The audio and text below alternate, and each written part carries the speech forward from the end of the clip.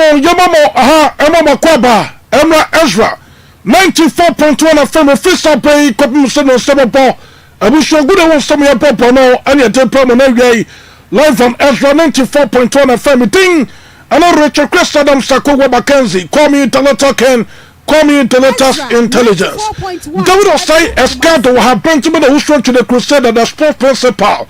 Darling boy Pero Judah Koto from Port the Saint will be ha or job baby ha and Afe or Joe Blains Paul G and Afe Masro Dako Ramsey the champion commentator Rubin or Poku anyone Muka Winna and Yakupo Sabopa Yababa Konofe getting I'm the next of the swamp and then get someone to play ever that's a good talker.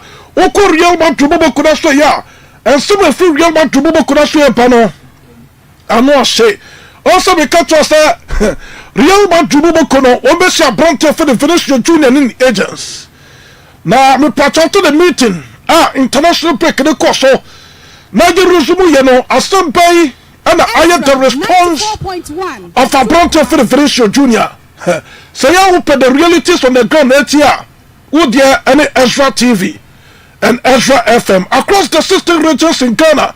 Everywhere you pass, everywhere you go, Osabaka EZRA TV. Whether man Pachobako Facebook also EZRA TV Ghana. No promoter for no one share now to message number. EZRA TV Ghana on the Facebook. No promoter for no one share now to message number. EZRA 94.1 FM on the YouTube. EZRA 94.1 FM on the YouTube. No subscribe now to message no. EZRA about this is the Monday edition of EZRA Sports Drive. Something they pay for others to follow. Your boss is here, your bar. Madaruba, your batwaso. EZRA 94.1 at Kumasi. We have in store at Villa Park. The players on their way. It's the perfect home game for the 1982 European champions. The first here in this competition since 1983. Memories of Peter With and the other heroes of Rotterdam are everywhere tonight. Club legends in every sense of the word. Men who made this club's greatest night possible. And you wonder who the heroes tonight are going to be for the team in claret and blue.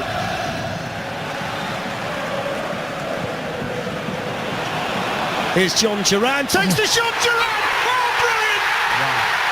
Oh, my word! EZRA 94.1 at Kumasi.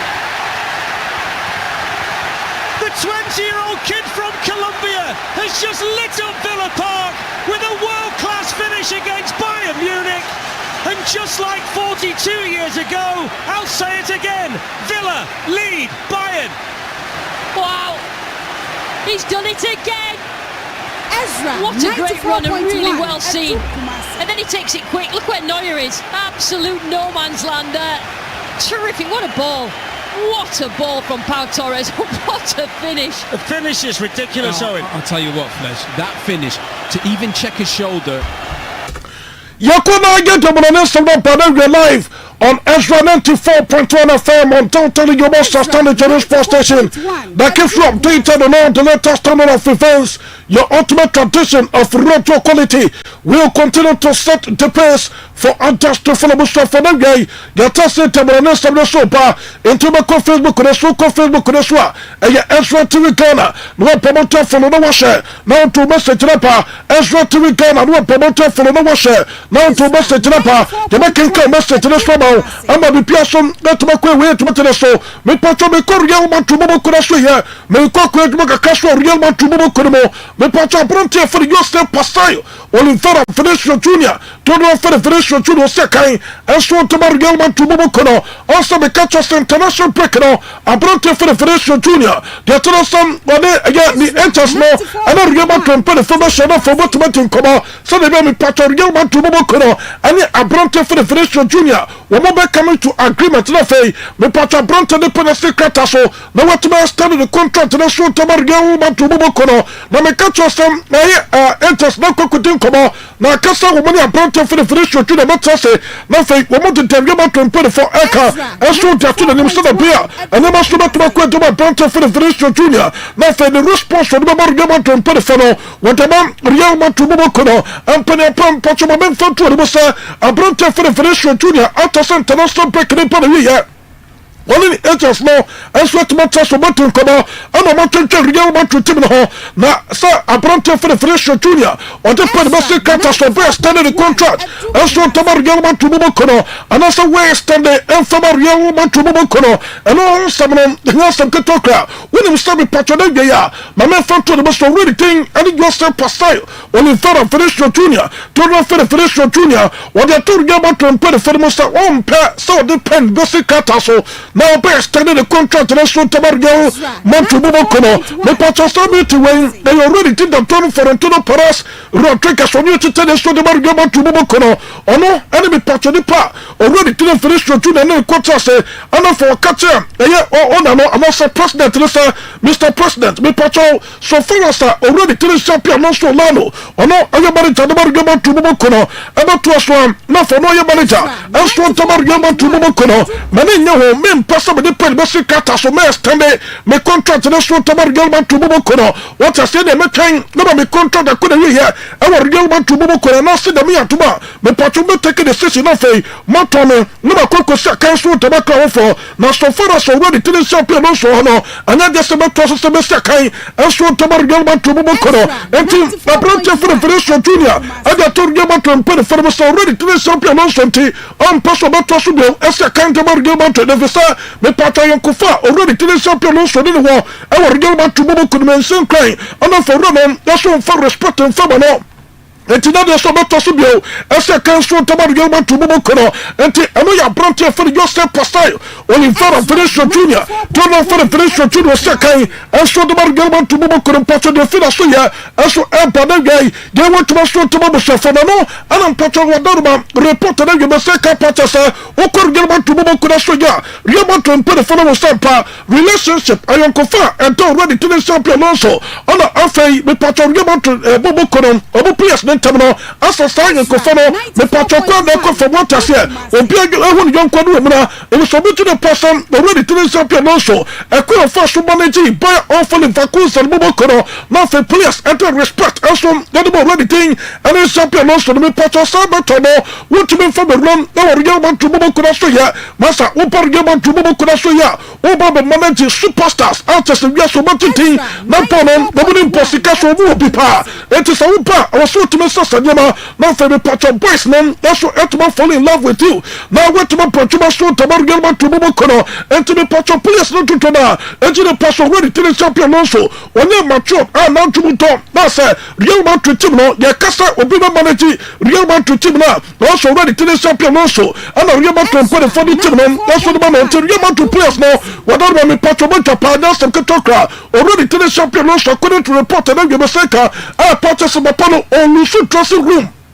Onusu dressing room what as a place name Filino, place name Bena, na Real Madrid 24, we must take already to the champion also. And then patron report and then give a second, patron so called Real Madrid to Mobokono so ya, me patron ready thing and in Venetia Junior, Nipo Bakwa, we respect the power Real Madrid to Mobokono, and you already to the Hunicala far, and then for ready to the turn for Antonio Perez Rodriguez, and then they to tell us so the Real Madrid to Mobokono, me patron then report to the second, patron so called Real Madrid to Mobokono so ya, na me and to me patron Real Madrid perform anyway me patron woman ya branch for the Fresh Junior Bakasa woman other top stars and so Real Madrid to Mobokono no ever translate to come so the beer already to the Fresh Junior and then for other players so to the passer already to the champion also the man Konkai and then for the man management our from our Real Madrid to Mobokono no me patron Bakasa na fe woman the players no so to my transfer so the beer woman to my some problems beer behind the scenes beer so the beer Real Madrid team no me patron players no let me play about too much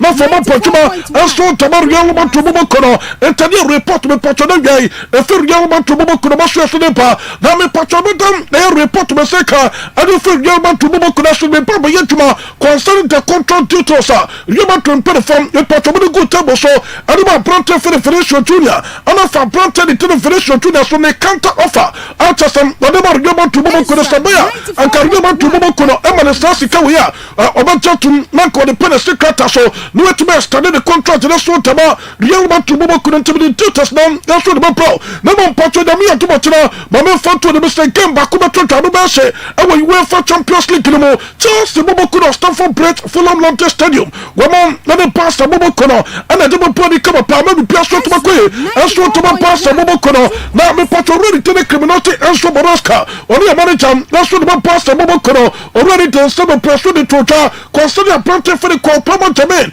and you boost already to the so Boroska sa appointed for the Copa man hotono ana mi atuma wo betuma se kanso tomo Chelsea bobo kuna against ye pastor bobo kono also be patcho me fanto de bosa last week no ana say no Saturday ana dey to de bosa appointed for the Copa man say no Friday cra appointed for the Copa me patcho woni fie o kwako bi no pro ana appointed the 9 enso ko hwepu ni ma ama chesem when the problem I want announce one no na man patcho me fanto de bosa me catcho sem uko Chelsea bobo kuna so ya o ma appointed for the Copa man German special boot after to the basha na me patcho sa boot no basha no eno betuma bom na ma bront no so betuma tono na na me atuma tesu ka bront for the Copa me patcho be se kan aso tomo Chelsea bobo kono ye kubi so ready to so Boroska sa how far with a bront for the Copa ana me patcho ready to so Boroska se on to pie sa o ka bo pia to sa na wona bront for the Copa eten komo na me patcho wina a bront no na return na for what's that tempo to Chelsea what's that just kind of Chelsea bobo kono de wonim na so o tini ba passe da mi antuma enu sa Arsenal game no na fei abronte for the Copa ready autasam go betuma se kan so to Chelsea bobo kono why aya me patcho press conference no so to tota autasam ready to so Boroska so ya abra what prepare the team against Barca bobo kono na mi antuma tira no UEFA Champions League no yente sama me patcho ready to the criminality and so Boroska manager and the Chelsea bobo kono so that tota constant game to between Chelsea and afei Barca bobo kono awa UEFA Champions League no. In terms of Cole Palmer, a few questions on Cole Palmer and the boot that I think he's going to wear to protect that left little toe. Is that going to mean he can rejoin you in training sooner, maybe play sooner? Yeah. We don't know when, but for sure will be soon. It's already on pitch. It's already touching the ball, and the feeling is good. Could he, even with the help of that boot, be available to go toe to toe against Arsenal on Sunday? We are here for tomorrow game. That is Champions League game, and then after that we're gonna start to think about Chelsea, Arsenal. But you're not ruling it out, even though you're not talking about the Arsenal game today. Could still be a possibility. I don't think so at the moment. I'm going to just get a bit more insight from you. We've heard from the club. Now there's been a few days since it happened. What happened? It was at night. He was getting up to go maybe to the toilet. I don't know, when he hit his toe. Do you know more details about what happened? The last time I spoke about Cole was in the last press conference. And the last time I spoke with Cole was yesterday, just after the session, to ask how was his feeling. That, again, was good feeling. But I didn't ask him details about the injury at all. Yes, I know I am a patron ready to know some Boroska, someone on your tutor, concerning a pronto for the Copa Jamin, Osaka, and so the Chelsea bobo kono, Jeffina so young, and so the bar, young one to my name, yes, so tomorrow we have to better so. Let me patron me come pass a bobo kono so ya, would you pass a bobo kono so ya?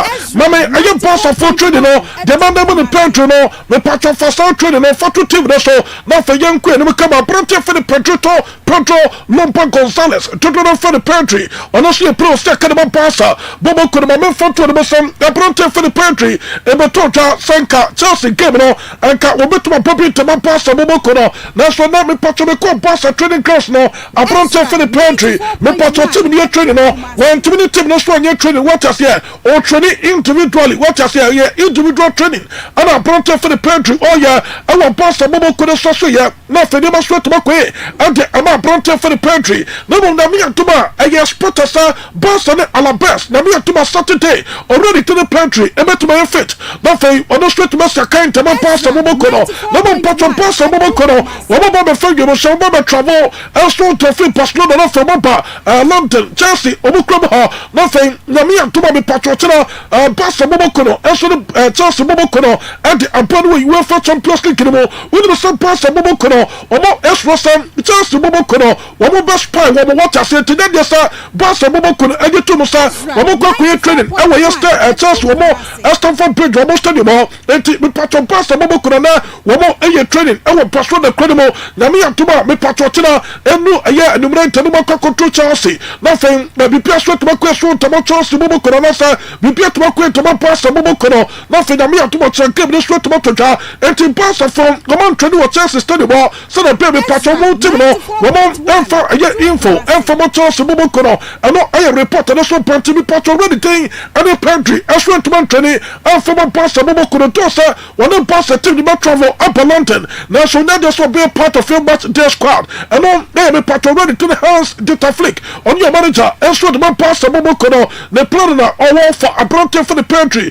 me patron pass squad mo dem pano and on the other team so into the Facebook kono so extra to me Ghana me patron squad in here goalkeeper for one Garcia Pons after Thomas Vonches Sassini and of a goalkeeper for the coach and way and patron goalkeeper so open defenders now already thing and Alejandro Pate Martinez Ronald Federico Arroyo da Silva already to the Pau Kubasi Kluba already thing and Andros Christensen after Abrante for the Jonathan Martin and of Julius Olivier Jonathan Conte and of Regacia way any defenders so one midfielders now you may Abrante for the Femino Pes Martinez already to the back Castaldo Torres after Daniel Dani Obo already to the Frankie de Jong and of Mark Bernal and of Abrante for the Pedro Fernandez way and the midfielders already to the house of Flick Global Bar Oko attack now already to the Ferran Torres Garcia as we pro second and the pass and the Mia Tuma the patron this season one hand pass a top scorer or Bob second bit to pass a Momokono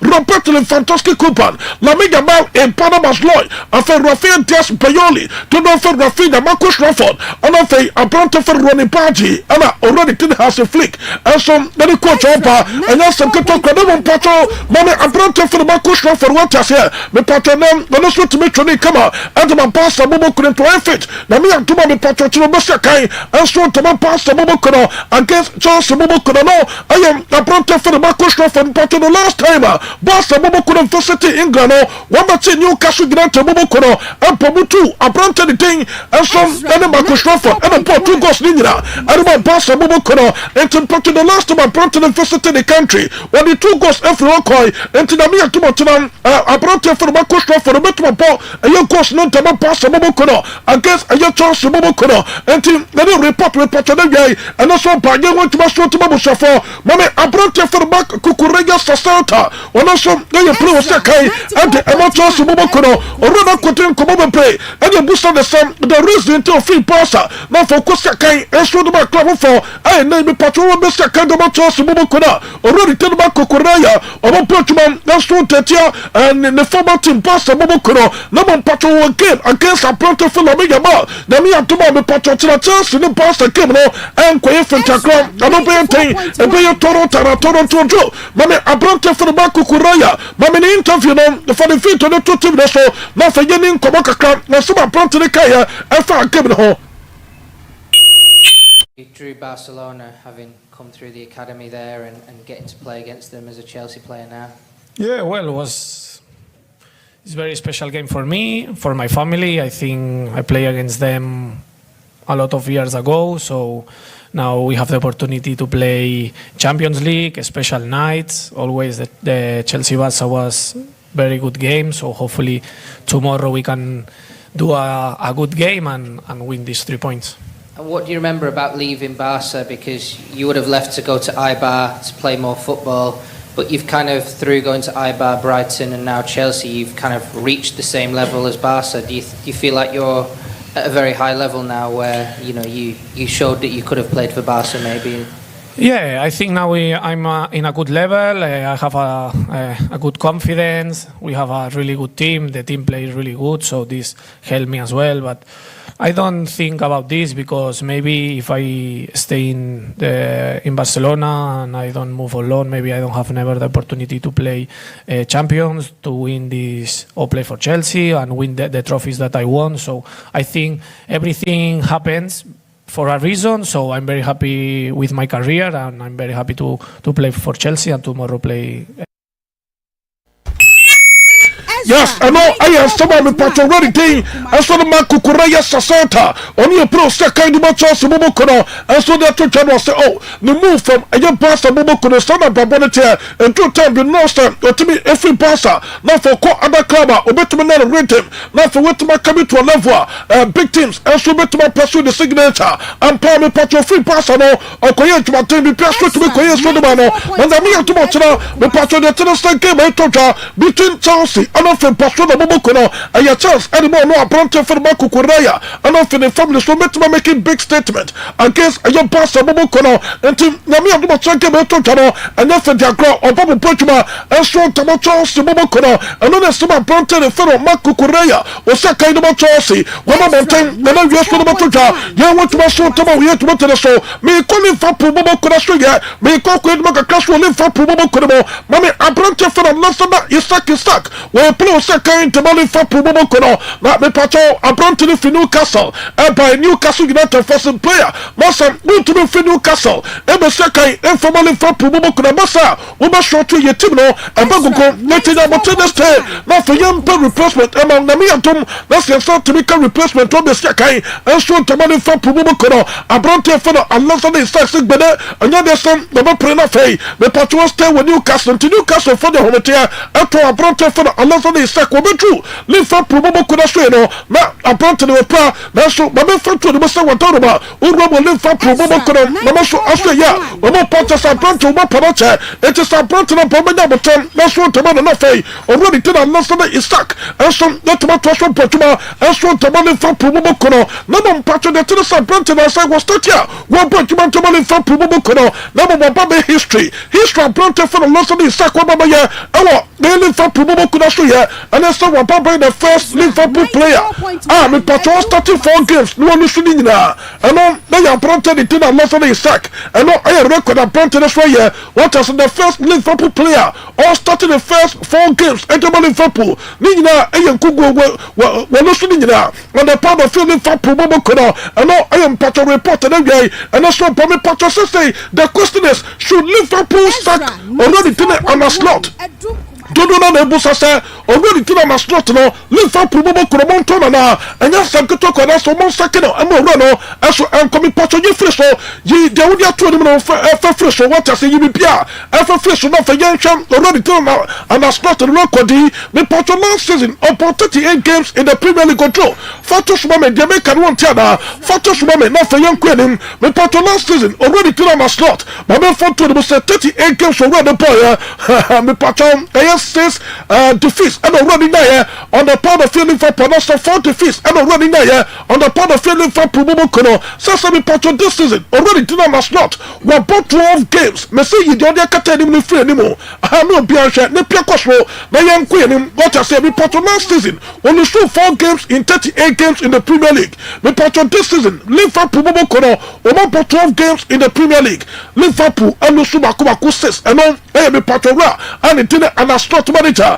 and so Edmund for Pumobokono Niman. So the question is, will be a static as and already to the slot young Pomono, and man Kono for me for Suman Tosudentuma as manager, and for Malin for Pumobokono, and to there and a psychophil Bukonoso, who confirm Bukonoswa, they are Ezra to Ricardo, no promoter for the Washer, now Thomas Sentinapa, Yamakin Thomas Sentinamo, live for Pumobokono Pomobokono, and now some patron man a chance, now the running trust no more to and for Malin for Pumobokono. I'm not patron ready to make a enough for sir. I was so ready to make a master on your manager. And the money for Pumobokono, when they don't say, they blow Busana, and I live for Pumobokono, you're a great club, and I live for Pumobokono, you're great players, or so great, and then you must say, and to offer so great in front of me. now for making sure say was a sanyama ama Liverpool bobo could start the results so Liverpool bobo could start so many results and we met to make Liverpool team no we be great what is here and then some of the part already thing and so and then carry down for former captain and Manchester United bobo could and so and the tuja na me part already to associate fan to Pierre so come piate so me part ko Arsenal bobo could so ya Arsenal bobo could and no game and not to me tuja against yeah tournament bobo could and we North London derby no we make a statement and so the team just say Arsenal bobo could me part Premier League no level now we make control Bienwa the better catch up Arsenal bobo could and in the coming years Arsenal bobo could just a Champions League no or no abaje into already thing and they make a tata again to maintain Arsenal se me part a clear favorite sir be bien best in piano the abaje and so to Arsenal bobo could enter some already telling carrying over former player at the Manchester United there to today, and they've sent a message to everybody in the league. It's not only a squad that should go on and win the Premier League, and I'm not jumping ahead of myself here, it's a squad that I can see winning the Champions League in the next 2 or 3 years. Might not be this season, because sometimes when you go in to win your first Premier League, you become so consumed by that, and then you can sometimes get done in a European game in a midweek on a two-legged tie. But they're getting to that level of performance and resilience and stability and consistency. You have to be consistent. It's a very consistent performing team, this one, that Mikel Arteta's. I know some of the patron ready to the carry level. Only a manager and that's why a former player to Manchester United Bobo could feel so young and so they by game to my show to my way to the show. Money are plenty for the Declan Rice. Honestly, pro second about Arsenal Bobo Kono and now some can talk about Declan Rice in here. My patron who said this season, open player why involved in more goals and about Arsenal Bobo Kono. I am plenty for the Declan Rice. Do also a defensive midfielder. Now so be a Bono ever copiano a Bronte Arta so support Arsenal bobo could one share or my assist Emma be Piasukoye and they Emma Arsenal bobo couldn't be patron way and the most goals involvement and the Arsenal bobo could do a crack title this season. I am Bronte for the Declan Rice and all Kakabby patron for Bronte for the Declan Rice the feel association bar with him still one of the players are Real Madrid bobo kono win your power come up enough for Jeffrey man or Bunchumantama Real Madrid bobo could have Bronte for the Declan Rice where a target and so Real Madrid bobo kono na so enter Arsenal bobo kono na ya Bronte the matter say when the team come on for the penalty cut so do what me stand the contract you know and so enter about Arsenal bobo kono tell report and then we feel Arsenal bobo kono from so here and so they want to show to bobo for be patron game and be to between Chelsea bobo kono and of the pass bobo kono mama Bronte the team Rafinha are training be quiet and so to Bronte for Rafinha we already start be patron prepare for the game. Portugal, that's what about a young pastor Bobo could come out against a young Chelsea Bobo Kono and to really tell it and so Maros can be patrol plan with him now, making sure some Bronte for Rafinha no will be a solution and so Tamano Petra so nothing never sweat to my queen to my Chelsea Bobo couldn't way. I am a Bronte for Rafinha. Be a queer sweat to my Bronte where totally fit to my Portugal and so to my pastor Bobo couldn't know I can come so Pamaka play Marco or not sweat down for the game and all. They are Bronte, the fellow Frank John. I'm a patron so Portugal to my pastor Bobo could have Frank John here. My man Frank to the Bossa Damia to much go fit. I will bet to my second.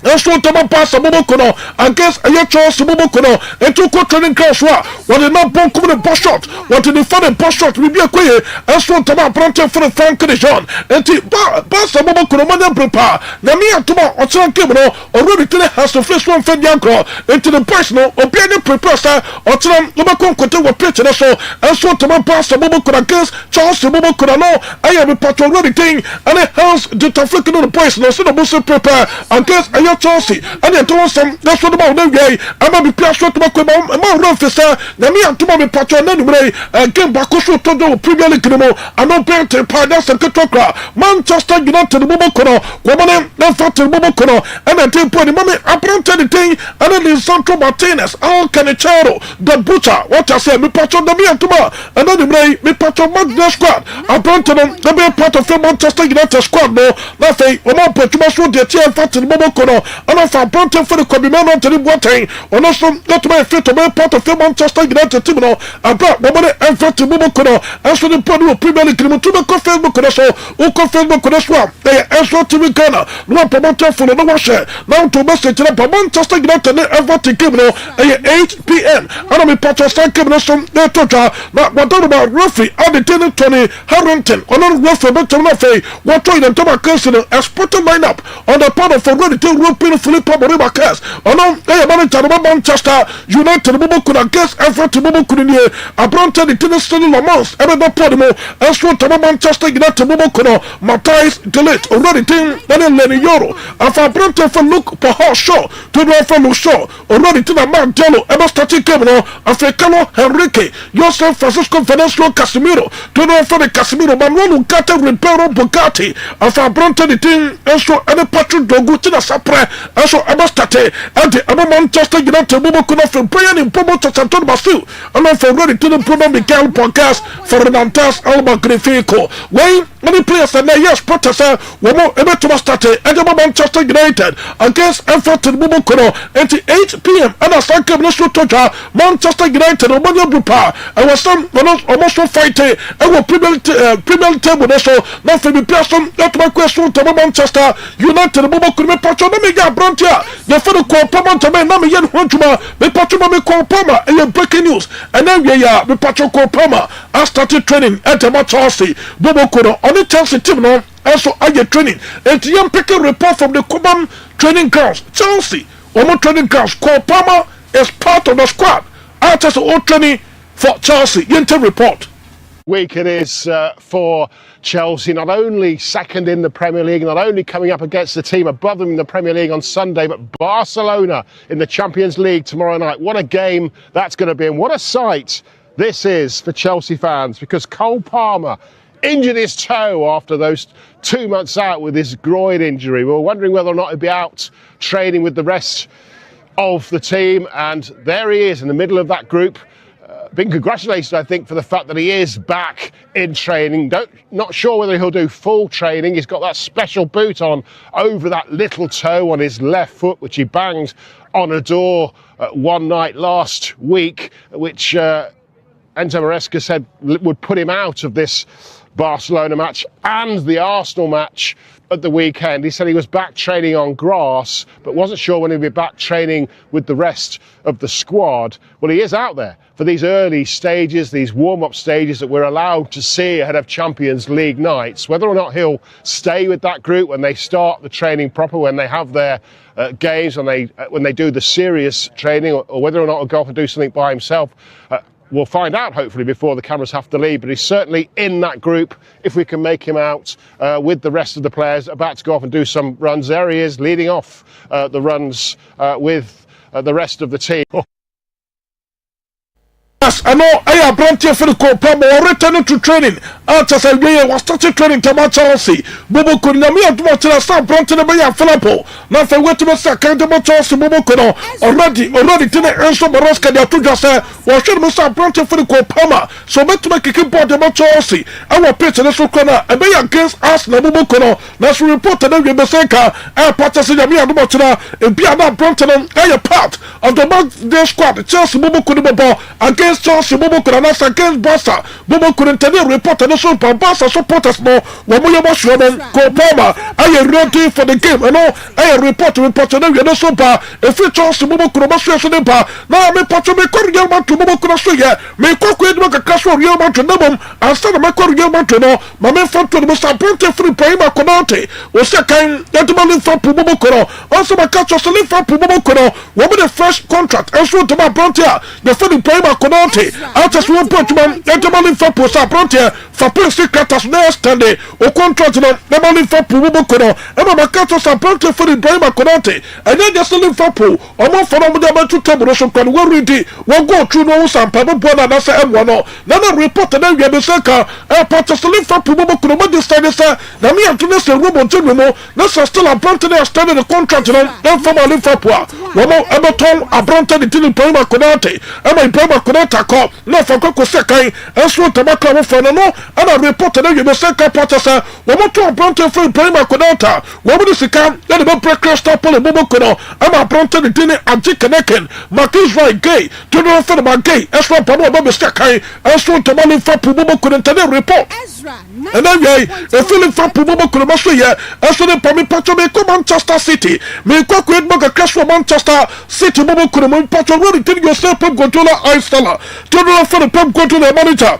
enso to Manchester City bobo kono patcho de tenasa and on Saturday also na a late kick off in the total between City and Newcastle United bobo kono Newcastle United bobo kono wo mo City bobo kono to mo shun konim ama be piaso to me ko to Liverpool and also Newcastle United bobo kono na after the game already thing and Pep Guardiola me patcho no reactions our picture so na nya empo me patcho wo bia no operating camera adia already to Pep Guardiola te ko ye no our picture so na no patcho already to Pep Guardiola say me patcho and then one time came and to me total between Newcastle and for Man City bobo kono nyema but the camera operator no odine pass wa dey here enti me patcho regretting asses so bia fanta na nya bopayo na your frustrations.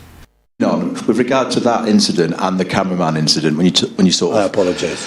Yes, I was going to ask you, it's too much made of this stuff because, as you just said, just after the game, you're a passionate guy, you're a winner. Just is it a sort of who cares sort of thing in a way? These things happen, you just move on. Is that the best way to sort of look at it? No, I feel embarrassed, ashamed when I see it. I don't like it. I apologise for the camera after 1 second. So... That's what I'm asking. Do you even need to? Because it just happens, doesn't these things? I am who I am. Even 1,000 games, I'm not a perfect person. I make a huge mistake, so it's not about that. But I don't regret. What is for sure, I defend my team and my club. That's for sure. The reason why is I want to defend my team and my club. That is no doubt, because from my experience to win the Premier League, I have to do 100 points and 98 points. Otherwise, we don't win. That's for sure. Will you get 98 points this season?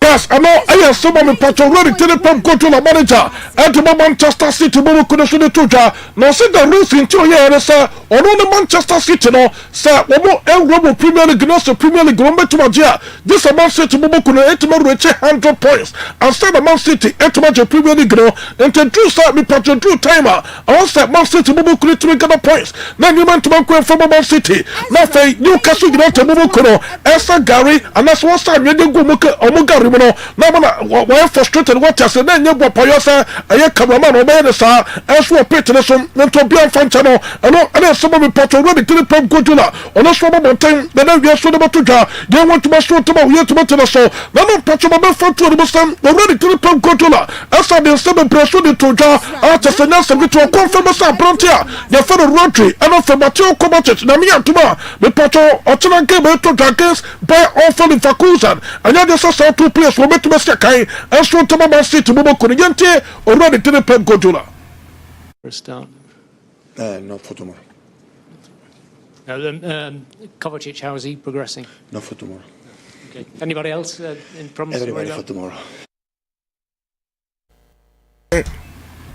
Already to the Pep Guardiola, no, we're trying to short. What I also not for tomorrow. The boys are not ready for tomorrow. No, I am a part already telling yourself Pep Guardiola Iceland. To do for the Pep Guardiola, no, I am some of partners with their tuja. Already to the team, so we'll see in front of people. So come on, Peter say, so be one temper. We'll make to catch up as Nabubu Kuna. Sandy Pano, Oman and Sasso. Also the CC, one more to Pajay, was it Derby, was a power, ask Nabubu the kind of fair quality, and of a squad in that Omuano, one junior passer, Team B, I was a squad now, or better my challenger, ask Nabubu was a no, me patron could be acquired, Adiba ask Nabubu for the kind of fair quality, after some display of international, was a Ayafala, Adiba ask Nabubu so be a better my chapa, or Chen Musa Mia Tuma, a weekend, just the Bobo Sampa, what will obetuma stop Arsenal bobokono na for Moswa challenge Arsenal bobokono so say me patro between Chelsea and for Arsenal bobokono 6 points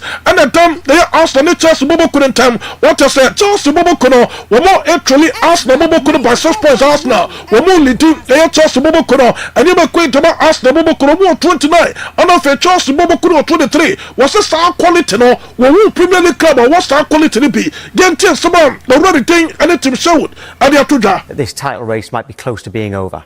Yeah, I thought it was a massive game of football. I really did. Not only for the 3 points, the emotion of a North London derby. I know what it's like myself. You know how that can take you forward. They've got tough games coming up. Chelsea next week are the nearest challengers at the moment. And I think that it was just such a huge result. It stopped the noise, because the noise would have been, well, Gabriel's injured, you can't do it without him. You know, all the problems in the past where they haven't been able to deal with without Saliba, no Odegaard, Declan Rice missing a few times, haven't been able to cope. Now, they've coped this year. They've ticked every box. When someone's been missing and no striker, Marino plays up front, they go on and win. It's not only a win yesterday, it was a statement win. It was a footballing lesson what they give Tottenham yesterday. It was embarrassing. An abject performance from Tottenham, but incredible performance and more than 3 points. I know it's only 3 points on the table, but it's the confidence to know without the big man, the leader who was sitting in the stands there, you saw him with the Arsenal scarf on, for them to go and kept already didn't team show former manager the Matona was fair and so at the Atuja now me baba ye juma kaka Real Man to Momo Kurashoya oko Real Man to Momo Kurashoya Abrante for Nalu Sanchez o se ka the master beer where number 2 reported them we be saka patches of Real Man to Momo Kurashoya woman the accredited for Nalu at the pa no be cancel Tamar Real Man to Momo Kurashoya beer obetimi amma Abrante for the Trent and listen or not they need that challenge after a bit to quicker Abrante no now what me after tempo to my son Tamar man to Momo Kurashoya me patron and the Nike boss no Makuma couldn't to 1 and 91 touches only shoot 29 balls and now I Abrante for the Trent and listen or not now me patron way your conversation between already to the Felicio Junior and a Real Man to Momo Kuno when him start Real Man to Momo Kuno Abrante for the Felicio Junior on the 18 million euros and yes he can Abrante every season now of course now Real Man to put the funding and test not from where standing the contract in Famano and Abrante that's it Real Man to put the funding to the say 120 million euros and I say there be 20 million euros there as a second one for Nanka Abrante for the Felicio Junior or Baba Jia to one no one patron to the same Abrante for the Felicio Junior now say I'm already chatting off for Real Man to put the funding and I'm Real Man to put the first one so 20 million euros no and you're good for my Sika bang and that's a Sika son of I'm Abrante for the Felicio Junior as I say already to the champion no so when was this Sika no more about Ronaldo no when the same to the between 30 and 33 million euros a season our Real Man to Momo Kurmano Yesika already to the Felicio Junior to Monte as a Real Man to put for and Famano and reported that you have a second part of Real Man to put the first derby says he can win again to me Famano in the history of Real Man to Momo Kuno Obian will reaches our pick and just Abrante the for the Cristiano Ronaldo and on they are Abrante for the Felicio Junior the finish here and so they pan 70 also Betway Honor Kono for Coco Bertino if it's a Betway pan any baby which are Bertina about ball matches I want to be pro and the matches more cost when me to watch now me patch matches then national trust and when you went for Champions League Griminals and get okra Betway say so which are Bertino we na some matches ne cost now one game na so one game no me patch e be so Bertina and also what kokoyi so Bertina and so the full best the still be able to master Bertina and no I get Betway saver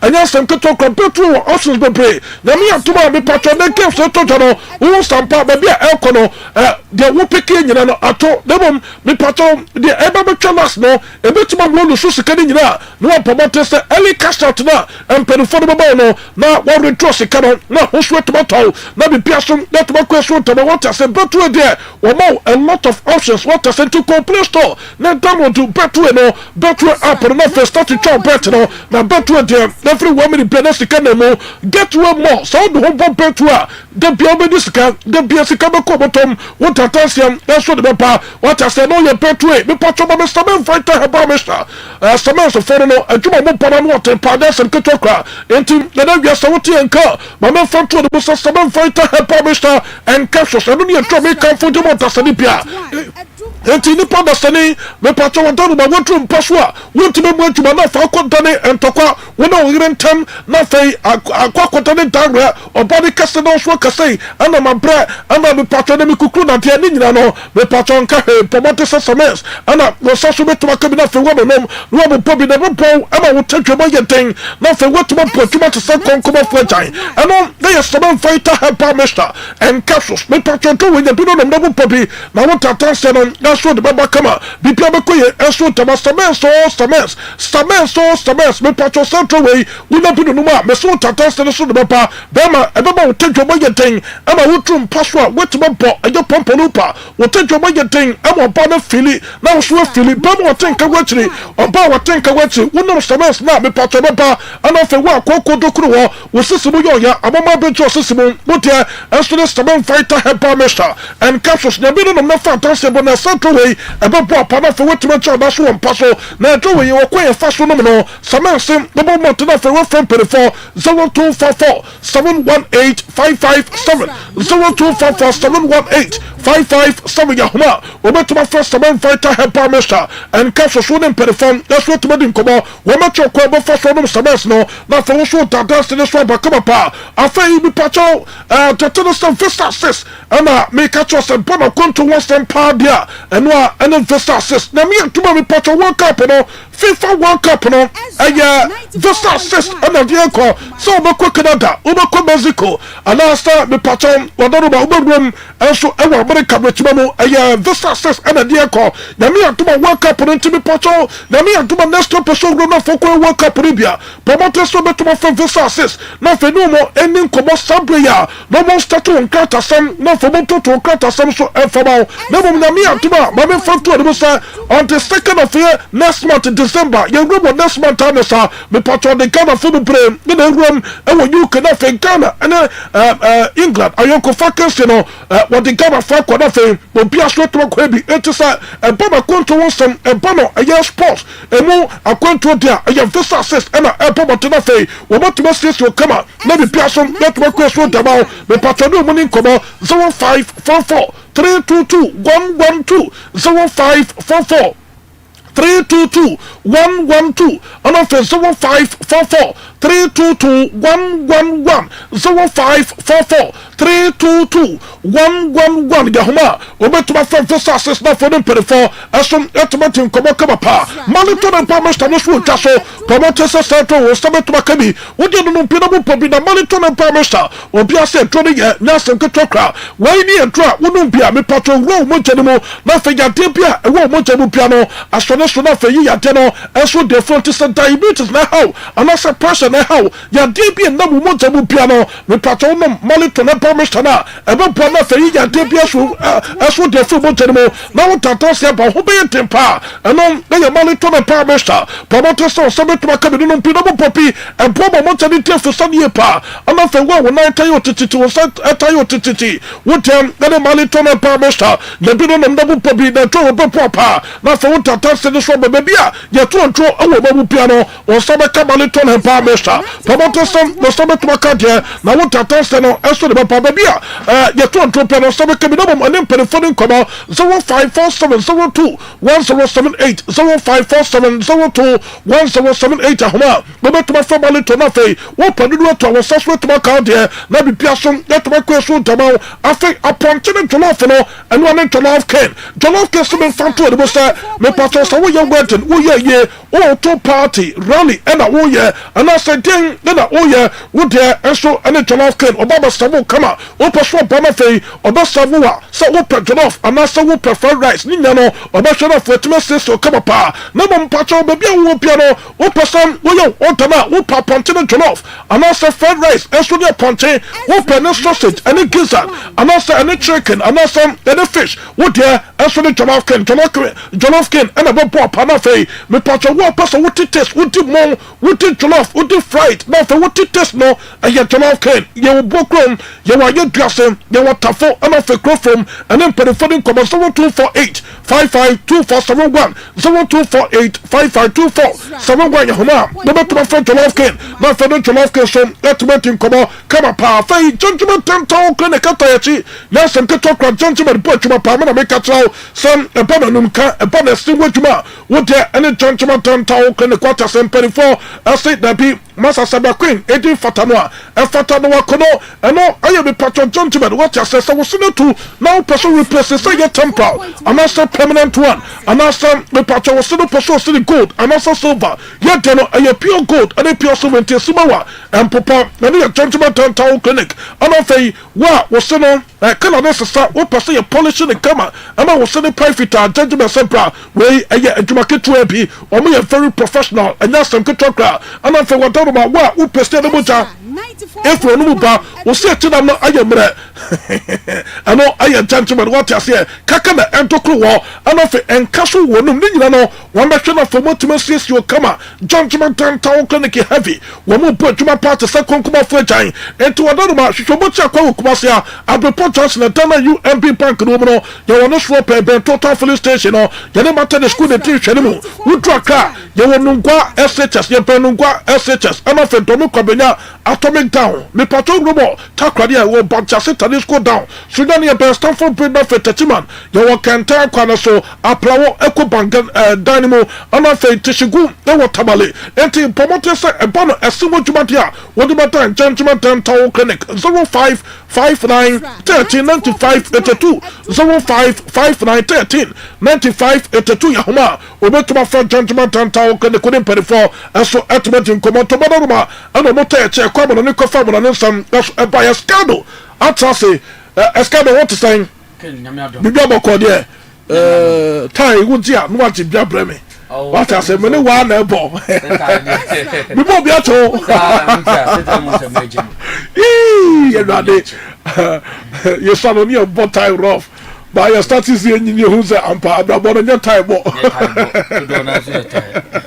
don't wanna see your time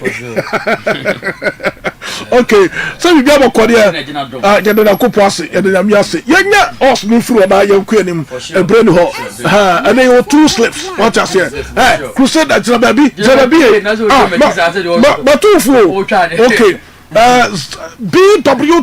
BW2 36 E7 7cc BW2 36 E7 7cc can we 5 us na me sure say bet we na be try na 5 us we dey ken we dey know the weekend see anko yam fama nyina na me dey ekoye di mame because what I say me catch enko for say weekend see goes beba so refia Saturday me kaze goes beba e to first car oh me dey me nya tu say me nyo ku say da me nu fie no atema homa escado we hi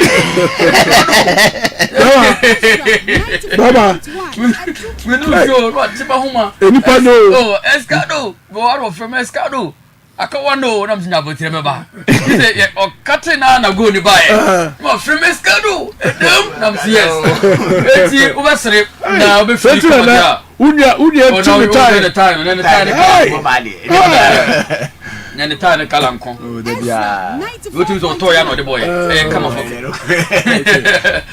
do the budget what I say kenti better the obedi what I say obedi on ti basi ya bebe kama ti we can see emuye denema bi ne musu ye mre so ma bi ti unya body tie in the white shirt that's our call headmaster interview okay for next time we my what I say 80 sanity 85 also no also aken kama pa kono kotwa na bibia so nya kama because 5 also we ya shira hwehwem and na match so pa say Manchester United mu nyinebo over Everton ti Asia Champions League. Yes. Yes, who so ya asa and then I you ding you say future what you do mama na feel okay BW2 36 E5 1E6 I am Betway BW2 36 E5 1E6 Open the weekend we mudo do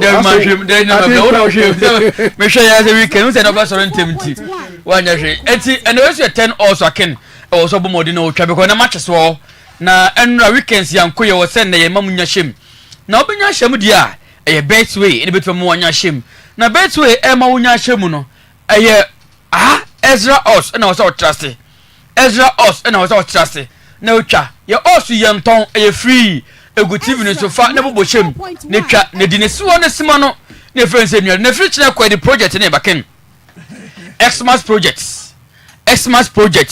e free chine kwa na eba na free chine kwa de bon de na brantem na be fa osu ne kotwa e 2 slips per na beba na osu no be 3 and 4 os na sa 3 and 4 os kin ye ne say 3 odds no ba usikan divided by 3 for bakutwa for bakoto no bakoto akiri what does the Xmas project ne no eti fa won ye dey ehye ne nyina project enu December no ye betim ne against ye pie ye betim de wives ye pie na beto the wives pie na koye jema na mo chiri ya Xmas project join ade aso waka hwe mani musa na wo person no wife pie wo person no wife pie yanko ye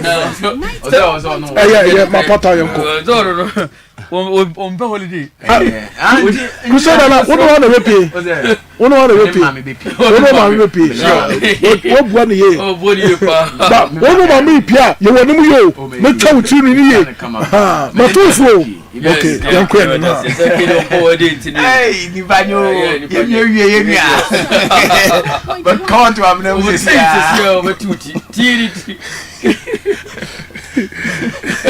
yanko ye you just say the free Italy enra ken enra Milan derby ni baso and before the game ni ehwe Christian Chivo and we fence Massimiliano Allegri when it comes to coaching Christian Chivo anya no yonko ne Massimiliano Allegri or the Italian Serie A nim and ni ehwe say ochaki Inter Milan team so aye consistent last 4 years ye team omu so squad ni wo ho a omu first 11 ni wo ho ken bobo ko efe ni say Inter Milan squad na akọ the UEFA Champions League finals twice so omkwakọ hia AC Milan na omu players no ebi our experience ebi so any experience no obi anu say be coach up e dem bobo ko efe ni say Inter Milan but came about can several times say enei born a free individual so unya quality players ni wi a ade ba ko e kan ye say obe coach ya obetimi sa materials no enso atimi ye adwuma obetimi wo Arsenal no obetimi ni Arsenal na ye adwuma eno ni ade bobo ko efe say AC Milan enso nye both managers in the game with a 3-5-2 system and a 3-5-2 system now both managers ni wura mu no so check AC Milan team na players who won experience anim sa obefa Luka Modric ono ko Italian Serie A anim na season yan ko Italian Serie A anim over play bi say Pulisic of Chelsea ko AC Milan over Rafael a ene ko Italian Serie A anim ye player ba ko a ono so all form ye pa aya branch defense Rafael it is only AC Milan bo not to stop Rafael not to stop supplies from Modric. Some Modric anything for supplies in Rafael ni Pulisic can be very difficult say AC Milan beba game him and so check against Inter Milan dominating in terms of possession because omu 3 back no omu 5 men midfield ni midfield as again omu ni omu ye pa so offer SH offer Henry Mkhitaryan mo a omu ye players again omu ni omu a omu ni Kolo Berera omu bo omu wache o Italian Serie A but Makasa when it comes to big games aya coach sin be deploy tactics bia sa tactics no betim dia win game no and so Massimiliano Allegri system odi wura game and obi o tell TV hwe bia ni say yes sit back yenye self discipline yenye compact you make sure say be hit Inter Milan counter attack because you can say a person hit Inter Milan counter attacker we have the apparatus more speed more pace over Pulisic not for Rafael you soon ni physique and the pace and the bully defenders. Who Pulisic akin Ono so timi use the speed no ono so timi run it behind defenders adia Massimo Allegri ne say yen set back etumi be yen con the midfield block etumi yen con the defensive block ono system a o reference Massimo Allegri di room against Bobo reference Inter Milan again or timi she Inter Milan it is over ball possession na Inter Milan dominated o check chances o munya ya and total shots o boy ya 20 shots and AC Milan 7 on target na Inter Milan 6 AC Milan 3 Inter Milan corners 9 corners AC Milan 1 kin etumi be nye possession a winning game na the winning games the defense anyhow obesi assemble team no any idea kin be boa ama onso team any idea Massimo Allegri enya because ohwe materials no ohwe apparatus na no decide say won Inter Milan Marcos Thuram enso e match boot for boot a be very difficult so be share Inter yes the back na Inter counter attack na kenen nyina chi ewia na say only goalkeeper ono so up there Mike Minan this is my own say Mike Minan a player and this goalkeeper ken afedie betimi na ka the big boys no last season na metimi fa nka goalkeepers a omusu modibo so ni but for this season na e modibo dem order na didima AC Milan ya dia ken eno so awosoro and then man of the match esa fatase wonya e o che penalty now check save so say ya eno a chese obadwuma big moment unya goalkeepers a omusu betimi a rescue team no any ade o reference Mike Minan ya eno team boma AC Milan so che Inter Milan by 1-0 case so far Inter team no there is statistics you to say so last 6 meetings Inter team che AC Milan ken one hwe a won tia se and clean that screen so ken wo hwe no last 6 meeting either San Siro or Giuseppe Meazza nyina no Inter Milan team hwe bobo ko say AC Milan who check omu squad now for coach Sabako now we just ended the UEFA Champions League na call finals again one hwe a won tia se say AC Milan just ended UEFA Champions Inter Milan just ended UEFA Champions League omu call finals eko shia bobo ko say PSG ehwe omu no sa team na AC Milan omu say depleted side this is the match akeka de mabom ama ne match ase efa kakra ama AC Milan shia 6 times omu ntimi share a second ayade mu na ngwa yepa that is football full of uncertainties but the tomle bia ohia coach again materials do komponya abda ne system no and the way we see e boni game players ne beti ase na players no eye really so mbekom homa no se players ne yesa ku the team no be be team no beti madru enra Real Madrid bo elchi na ke start la na pone ba ya mu se dabi se Real Madrid e bo elchi na se bi Alonso decide so bo 3-4-2 a ken e de be ne ka chiro e kasu se asa Xabi Alonso enra the system no ya ni players na o select ye no wo nya ne materials no right oko body tell bo ko fancy Atletico de Madrid wo mo 3-4-2 over the Italian the Spanish La Liga no EZRA 94.1 and the system is 3-5-2 but to be 3-4-2 na pesa meka manka system meka ayi no 3-4-2 dey say be can 9 o say 3-4-2 be 9 3-4 meka system no oh thanks okay now check say Real Madrid body tia article obotia article no mo 3-4-2 okobodi tia Barcelona enei so far Spanish La Liga ni ma ye peringa ni hu pa ye lami ya ma but we about 3-4-2 but so ko botia eche now decide say obobo 3-4-2 a can dey na catch it tells you say before the game now ko game ko na usro ko game ko po na consider defeat that say game ya woni eche kwa ko boy eche be share Real Madrid but Real Madrid ni eche bo na say bi Alonso decide say obobo 3-4-2 a can it tells you say team no enema emfa bobo ko events Real Madrid as Xabi Alonso gradually olusu dressing room because eche team a oba abotro sisi ana olusu dressing eche tie o sa obo Barcelona about 3-4-2 normal what I say so obo article obo 3-4-2 normal okobo City obo 3-4-2 normal because omo wingers no emu na ko botia eche enkin no decide say eche o obo number 3-4 mienu a kende ne catch was Madridista we are Madridista it tells us the coach no elusu dressing room enti echenye team a Real Madrid ne ba skins so hwe game ni bia so won hwe because Madrid dominate Madrid bobo ni nyina na echehye so won hwe game na tse bia 2-2 a obe decide obe ka no trim say e bia eche for approach omri room ne say o me sit back no my team draw counter attack and e be o mu share 2 goals back in yes na tie Madrid extra goal no pa against Eche me TV no me hwe ni nyina ken na me bo fu ye because as a Madridista se Madrid ko bo Eche na in terms of possession Madrid find it difficult so betima dominate possession Madrid find it difficult so betima build from back no transit to come midfield to attacker they go go both the big teams na ken over here then eti e wo hesa bi Alonso ke kan atoto ne maye no ke kan ho na se o sha se o lusu dressing room ken e wo se o sha se o pele ne modi mom because Eche na bo tutu I must say Eche second goal no the queen player no fast so and dribble through 5 players what kind Real Madrid in Bedford no Emma ball no koto atra no almost there is a problem between the coach and the players as the players they committed on the pitch who is that one dribble almost ball no run through enipa 5 because Madrid players no pressing Madrid players no pressing ball no but as a seriousness on the pitch no for us omo person omo boko na bro avaro pick ball play back one person can ko gina ne Asensio yeah but Asensio decided say ko the play be ko na chikakra na ko atwe ne midfielders ne be cover up but then midfielders so delay aside say na midfielders so delay no say o 2 players o say Jan and China 94.1 Edu Kumasi ke and avaro go on the one chi obi do twe na ye defense Asensio 10 ade no ko ban almost say ball no it went through nipa 5 say pass cause Madrid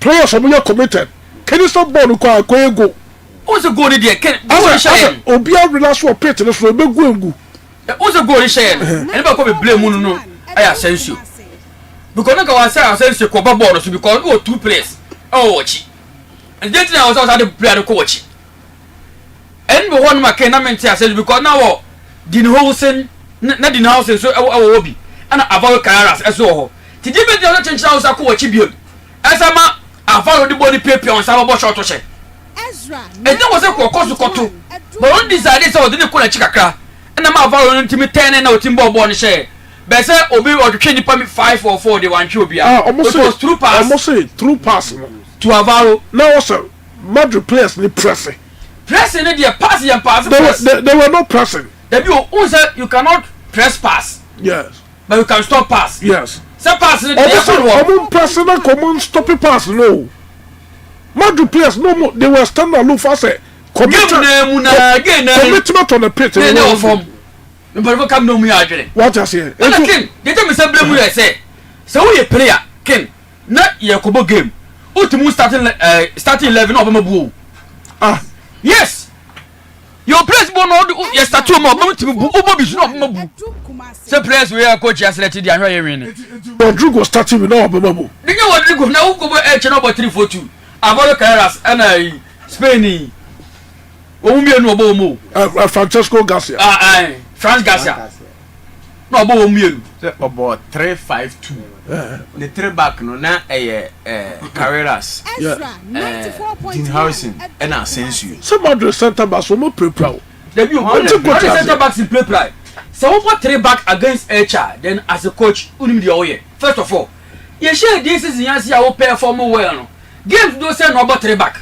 okay against Barcelona be enemy say a difficult game about 3 back no see your own consider no over 4 back now go about here HA our players who play fit o 2 center backs na elbow Avaro Carreras elbow 3 Dinhausen and Asensio 4 and 5 okay Trent Alexander elbow 2 o 3 man midfield no be a fit Fedi Valverde fit Camavinga fit but o decided so over Ada Gule and Bakui Dennis Ceballos okay but that's I don't Jude Bellingham car king Ezra Sebi Alonso was chance can you because 1 point here Madrid free and you better okay because Madridista and Reche Boya papa yes be a 2-2 ni be ko who say even company you go Krompo almost in your goal okay almost a boy inside a different than inside there was a foul and the second goal almost there was a foul was Vinicius Junior and go push keeper no you not keepina yes it is an nyum kabuma keep me H for the again because Madrid H more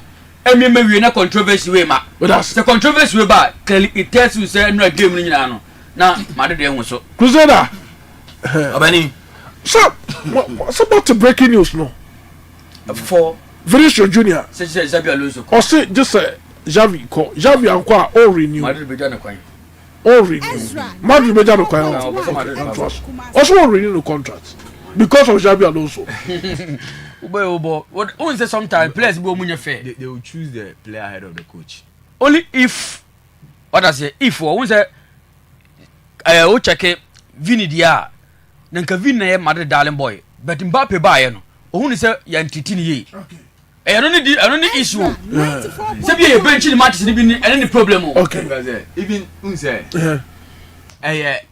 yeah bench started under Jabi Alonso say last season na ayi ho Mbappe ho but he was still important in the team under Carlo Ancelotti unse ba ni we dey ma menche wiase menche Ghana ma menche Asante man nyina no say na enche obi na another beautiful Monday evening team bia be fine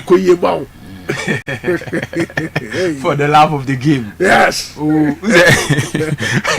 When you look at shot, we pick and cry. I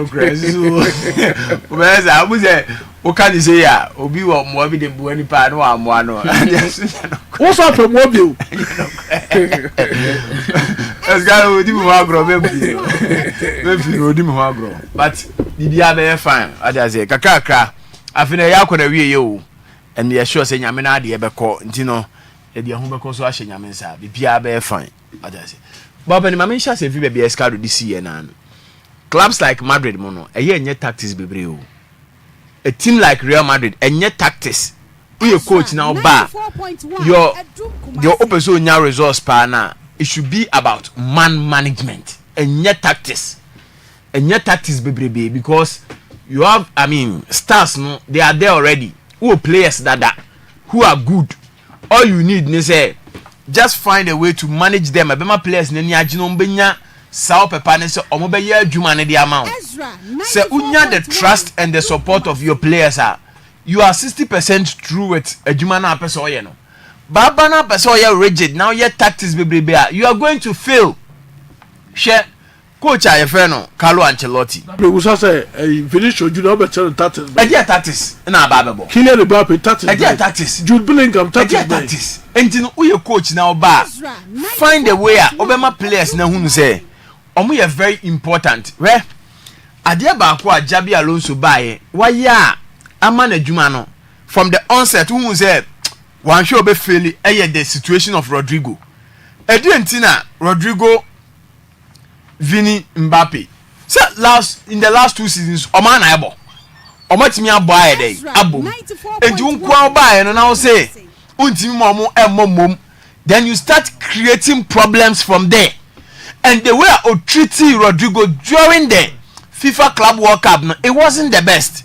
Say, a player like Rodrigo, all of a sudden, buy no. Watch it, say, my player I bad. Money more games, nibi. Any sanya maniamano, no, you create problems. And call buy no. What he should have done, and say, just maintain the status quo. At least the front trainer, na BBNCU. It was there, Rodrigo, Vini and then Mbappe. Ma omo kakra. Na fa hwe say minya perfect balance. Na fe what shall say ye changes no. But there from the onset no buy na no. We dey me mani mobi ene sa ne ma no me na me big man.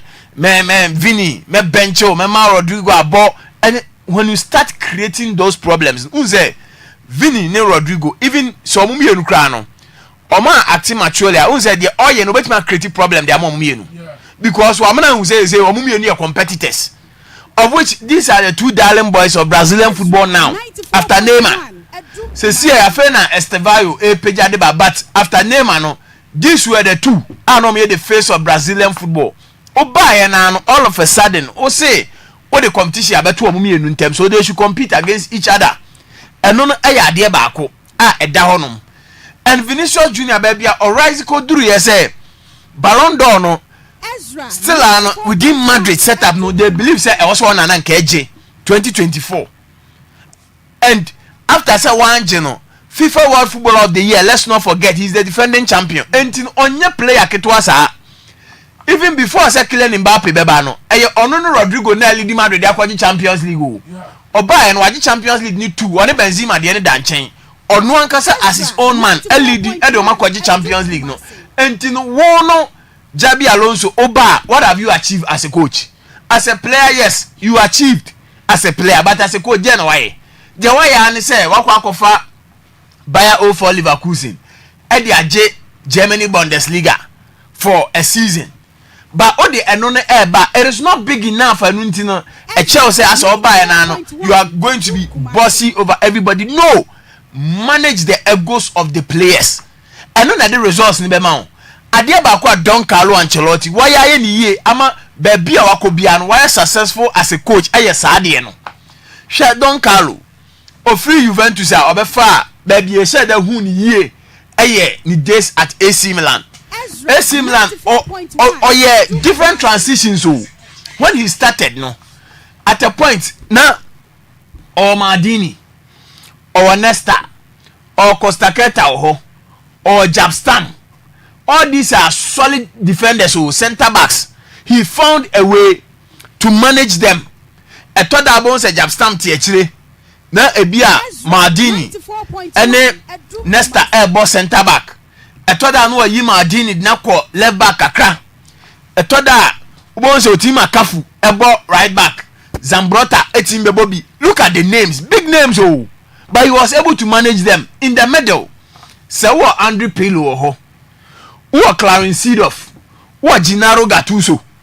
at the point no Rivaldo also so Rui Costa we now Medford but he was finding a way to etimi rotate Emma and Rivaldo Bebobi echa Rui Costa Bebobi omo everyone no the kaka e ba be replace omo anim honum Otimbo Shevchenko Otimbo Filippo Inzaghi at the point come for Alberto Gilardino at the back look at the galaxy of stars and Okuta he was able to manage them then moves to Chelsea at Chelsea some men you can say player power Chelsea and Chelsea ni bia o sometime now wo Ricardo Carvalho ni John Terry dinachiri na Alex Tiwomachi Alex onye no nso nye player ketewa o onya I mean look at the big boys and one thing for them for Michael Essien Michel Ballack Uwia Hwe Lampard Didier Drogba mo these were big boys but we find a way to manage them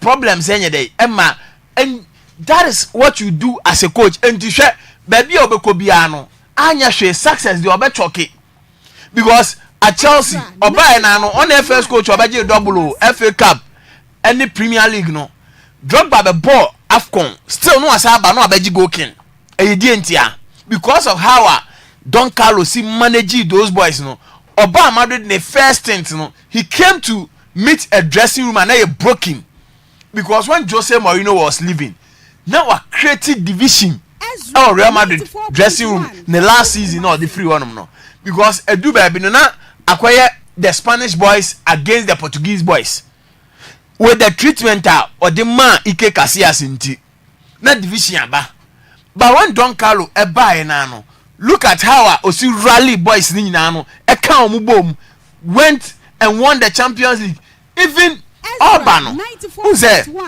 ne banimu na Madrid kofa Gary Bale de ne buy Gary Bale buy na no then there was competition for places because Di Maria na ono ball from the right no and then Gary Bale aba ne ho aka omakwa akufa Isco nso aba enti no Ozil e feel threatened he says okay let's sit down young compete wow omode mo be so ni memorable Ozil felt threatened Ozil say me mo be meko Arsenal Ozil left but how otimi Emma Di Maria enya position in the team from the right hand side of the attack na no bono Bale beji position one from midfield he played Emma Isco nso sa be Bobby and you know he found a way to manage the boys all kono adi there like that sima e dia ma team no when Don Carlo left mukofa ibae no Benitez ba oba no home me na me babo tactics ni ade he started problems with Ronaldo it was in the say and check no muja no kwa ba Zidane ba na no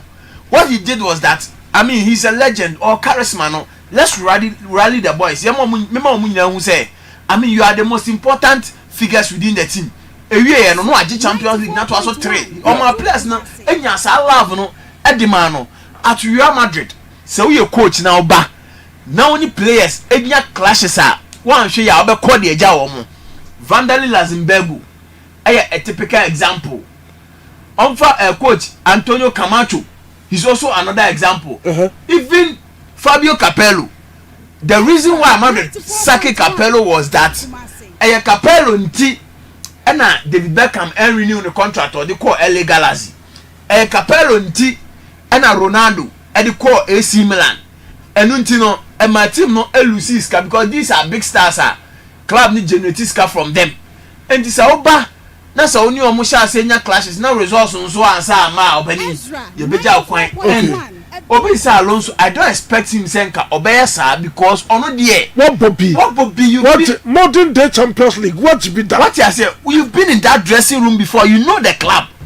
You know what goes on in that club. And ni kwan say o fall victim. Okay. Saturday way the man, but he needs to mend the relationship because and say okay. Also find a way or mend the relationship and BBR. But Asna more baso. Asna omo say the title there it is theirs to lose. Okay. This season there baby Asna namono it is theirs to lose.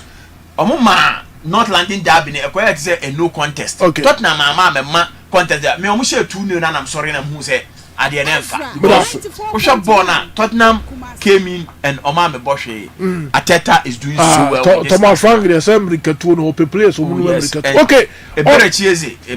On this note, ye ho kakra ne mra ye bam patro madoro madwumadem ye toaso dem live on EZRA 94.1 and EZRA TV. Ye dan ho ne ba ye ba Monday edition ye toaso dem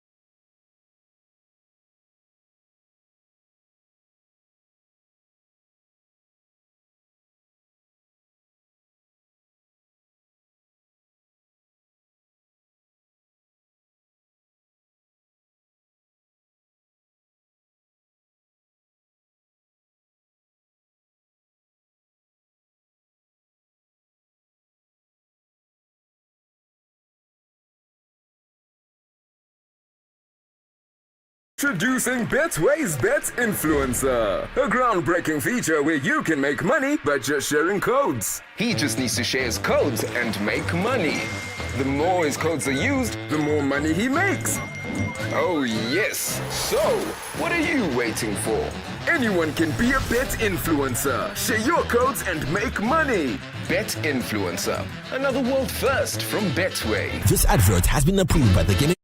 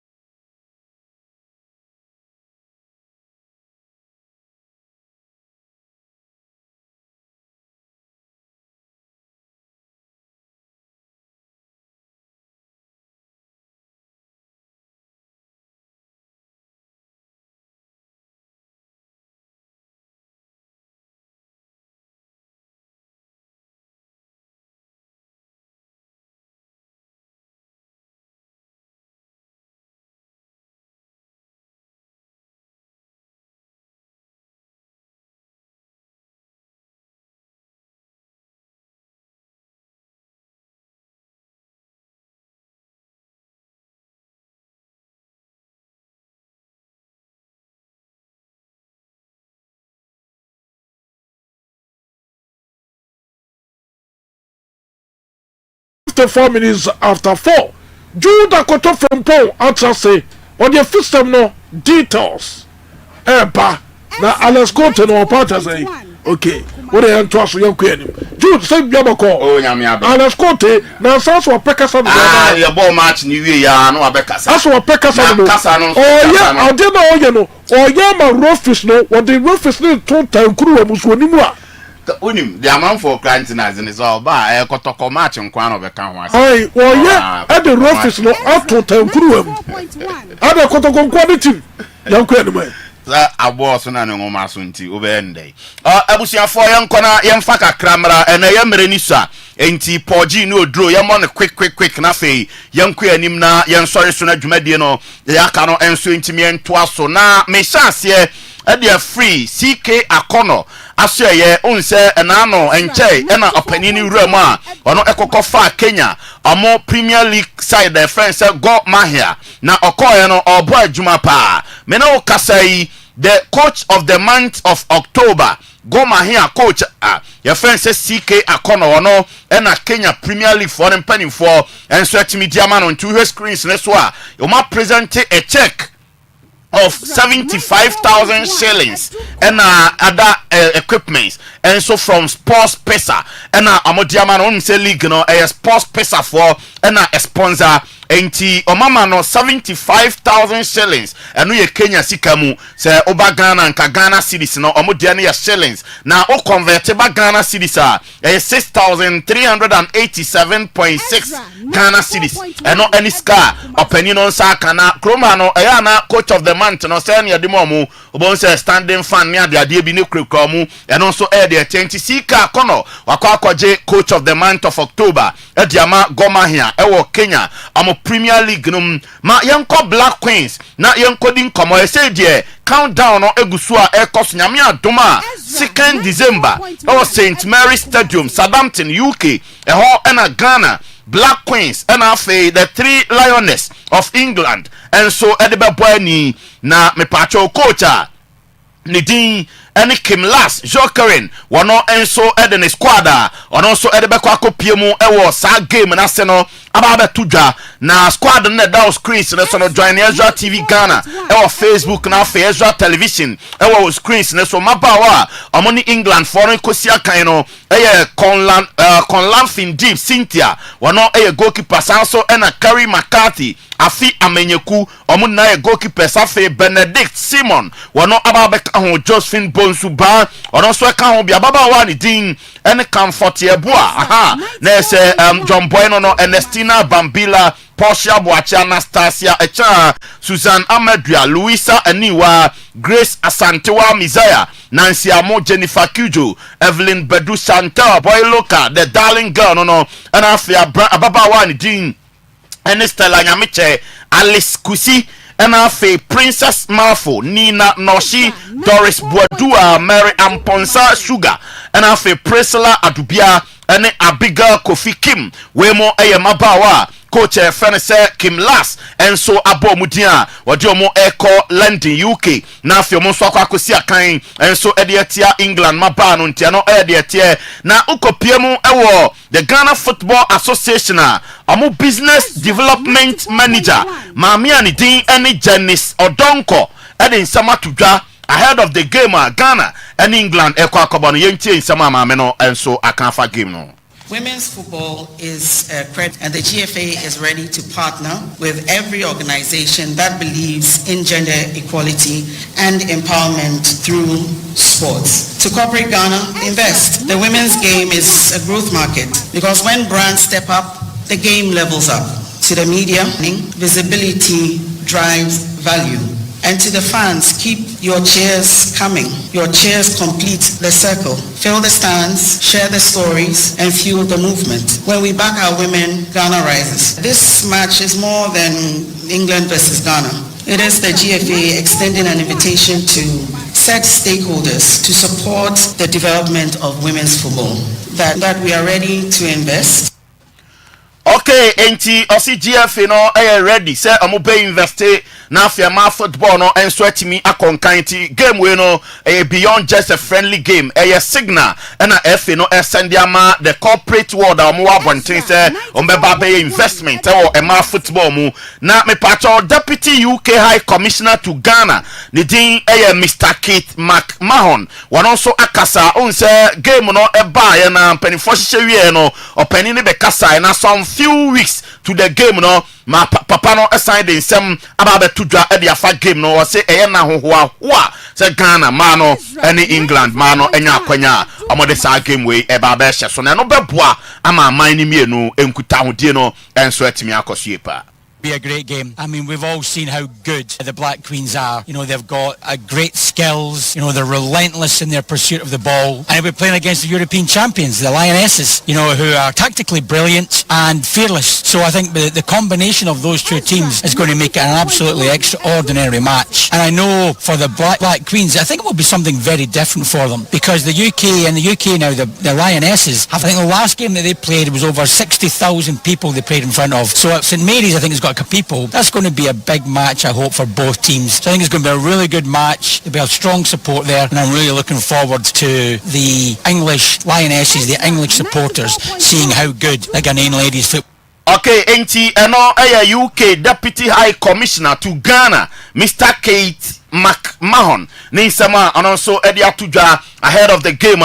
Ghana Ebekwako England mano, and also Enra Premier League game bako so ewo in St. Chase Sports Arena ewo summer boy summer test ene Asante Kotoko na me pacho game ne barrier na Kotoko for na pile pa se referees no sabi enioma mo ye ne park ne so no na ensem fata ombesisi Kotoko eni adia na me pacho Ghana Football Association for a charge Asante Kotoko draw picture sheet no to so yes enti say green sheet we ba dia na say asosiaba omuchema Asante Kotoko is alleged to have published comments on social media na say insightful na esanso e posi a risk of violence against the match officials. Omusi Kotoko after the game no omoko chocho nsem on social media na say no sha manfo kutupa say referees ombe di game no omo enso ba be sisi omo ni ade enti enu kra betimi ama referees no manfo for more time akoye omo bibi ni ade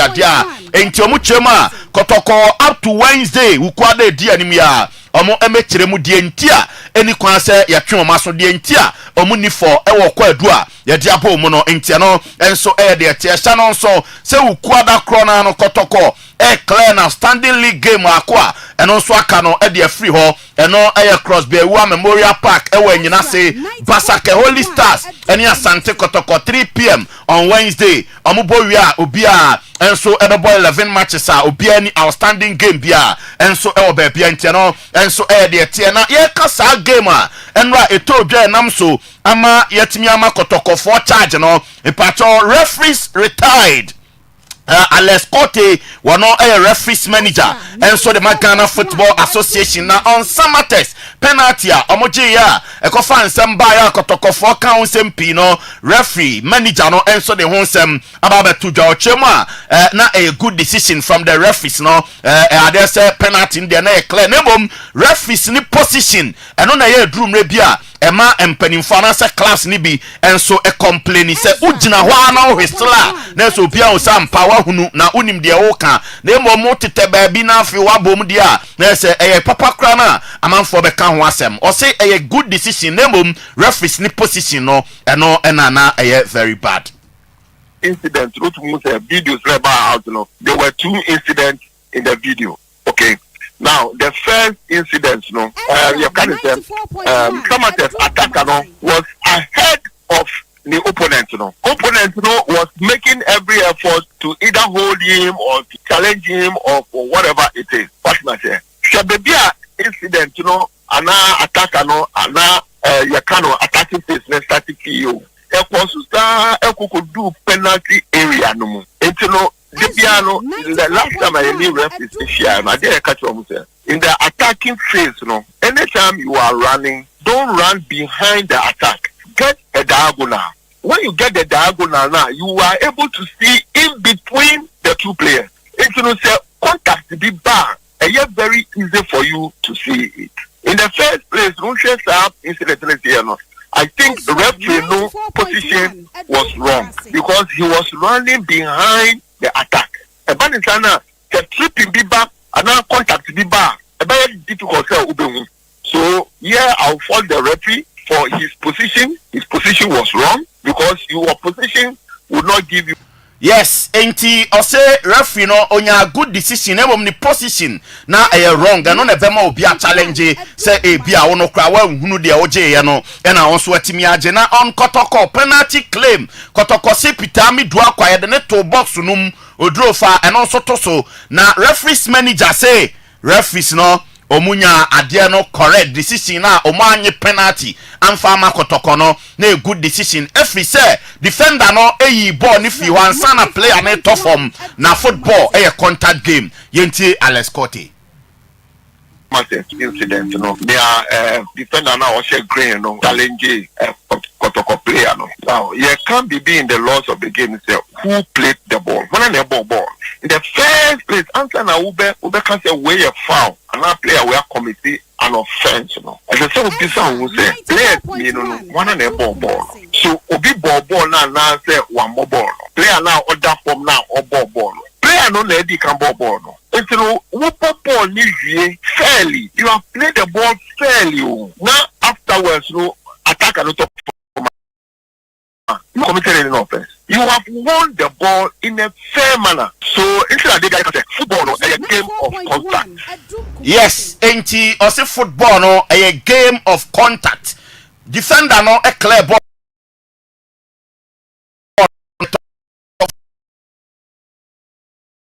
from enti enye penalty no a retire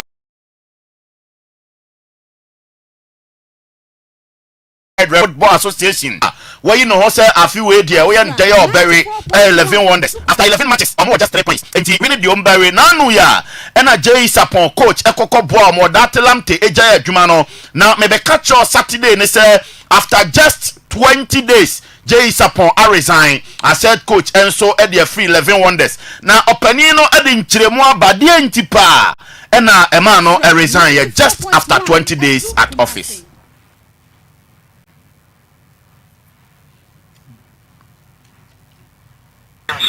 Two games. Best one day just for observation. I wasn't so involved. But main reason is just not to rough up anything. And say people think that when this team any good team, but from observation I could see that they lack something. The team the team is good, but I then administrative lapses. Because who didn't go that ball, not say when you're motivated. Coach, because on the field of training, they will play well, but so I know Bobola. The better activity and the Bobby Ukraine and Krakodina, you lose concentration, you lose the match. All these two teams give them up on. They play the score for the first time, but they enter the boxes of opponents. Now, there was very good thing that was coming to their way. They are escaping relegation. Let me tell you something. I've gone through as for a coach. Because the team that bottom, I see something good there, and I thought they were able to still do it. What I say, I do maybe I won't say no. Okay, something that was called. I wouldn't like to waste my time there, and then in the long run, we'll be just as you could support the team in relegation. What I say, for me, I am going down the port. They are administrative lapses. So, team is out. Yes, NT J Sapon say just 2 games about Edema 11 wonders na enough say odi adwuma ne to if he say administration lapses bebre na ewobobo konum to no mpese team ne bawie ne abebo ni din say ono na edi team ne ko na nso na nya ne modern mo na enkonkan na o si team no issues 11 wonders in some way wom o si players ntimi ko be 3 days no mu ni di players ntimi fat tro and they co training if you say team no yetimi ka say bass no krafu onim eni adia enti masa 11 wonders ne de eni o ma koso na no de 4.1 listen na me ya need to wish no they not be doing for some time and I'm also any am the be on kwano enya regular and my form and last year this men could but physically was the cause for 3 days they have not eaten but as a team of kokobo I will match now sometimes 2 vehicles now I bring it down that's take so and they stay at Kitasi behind the Kufos area are you taking it down now you know the whole lot just say where you coach when you want way me down so go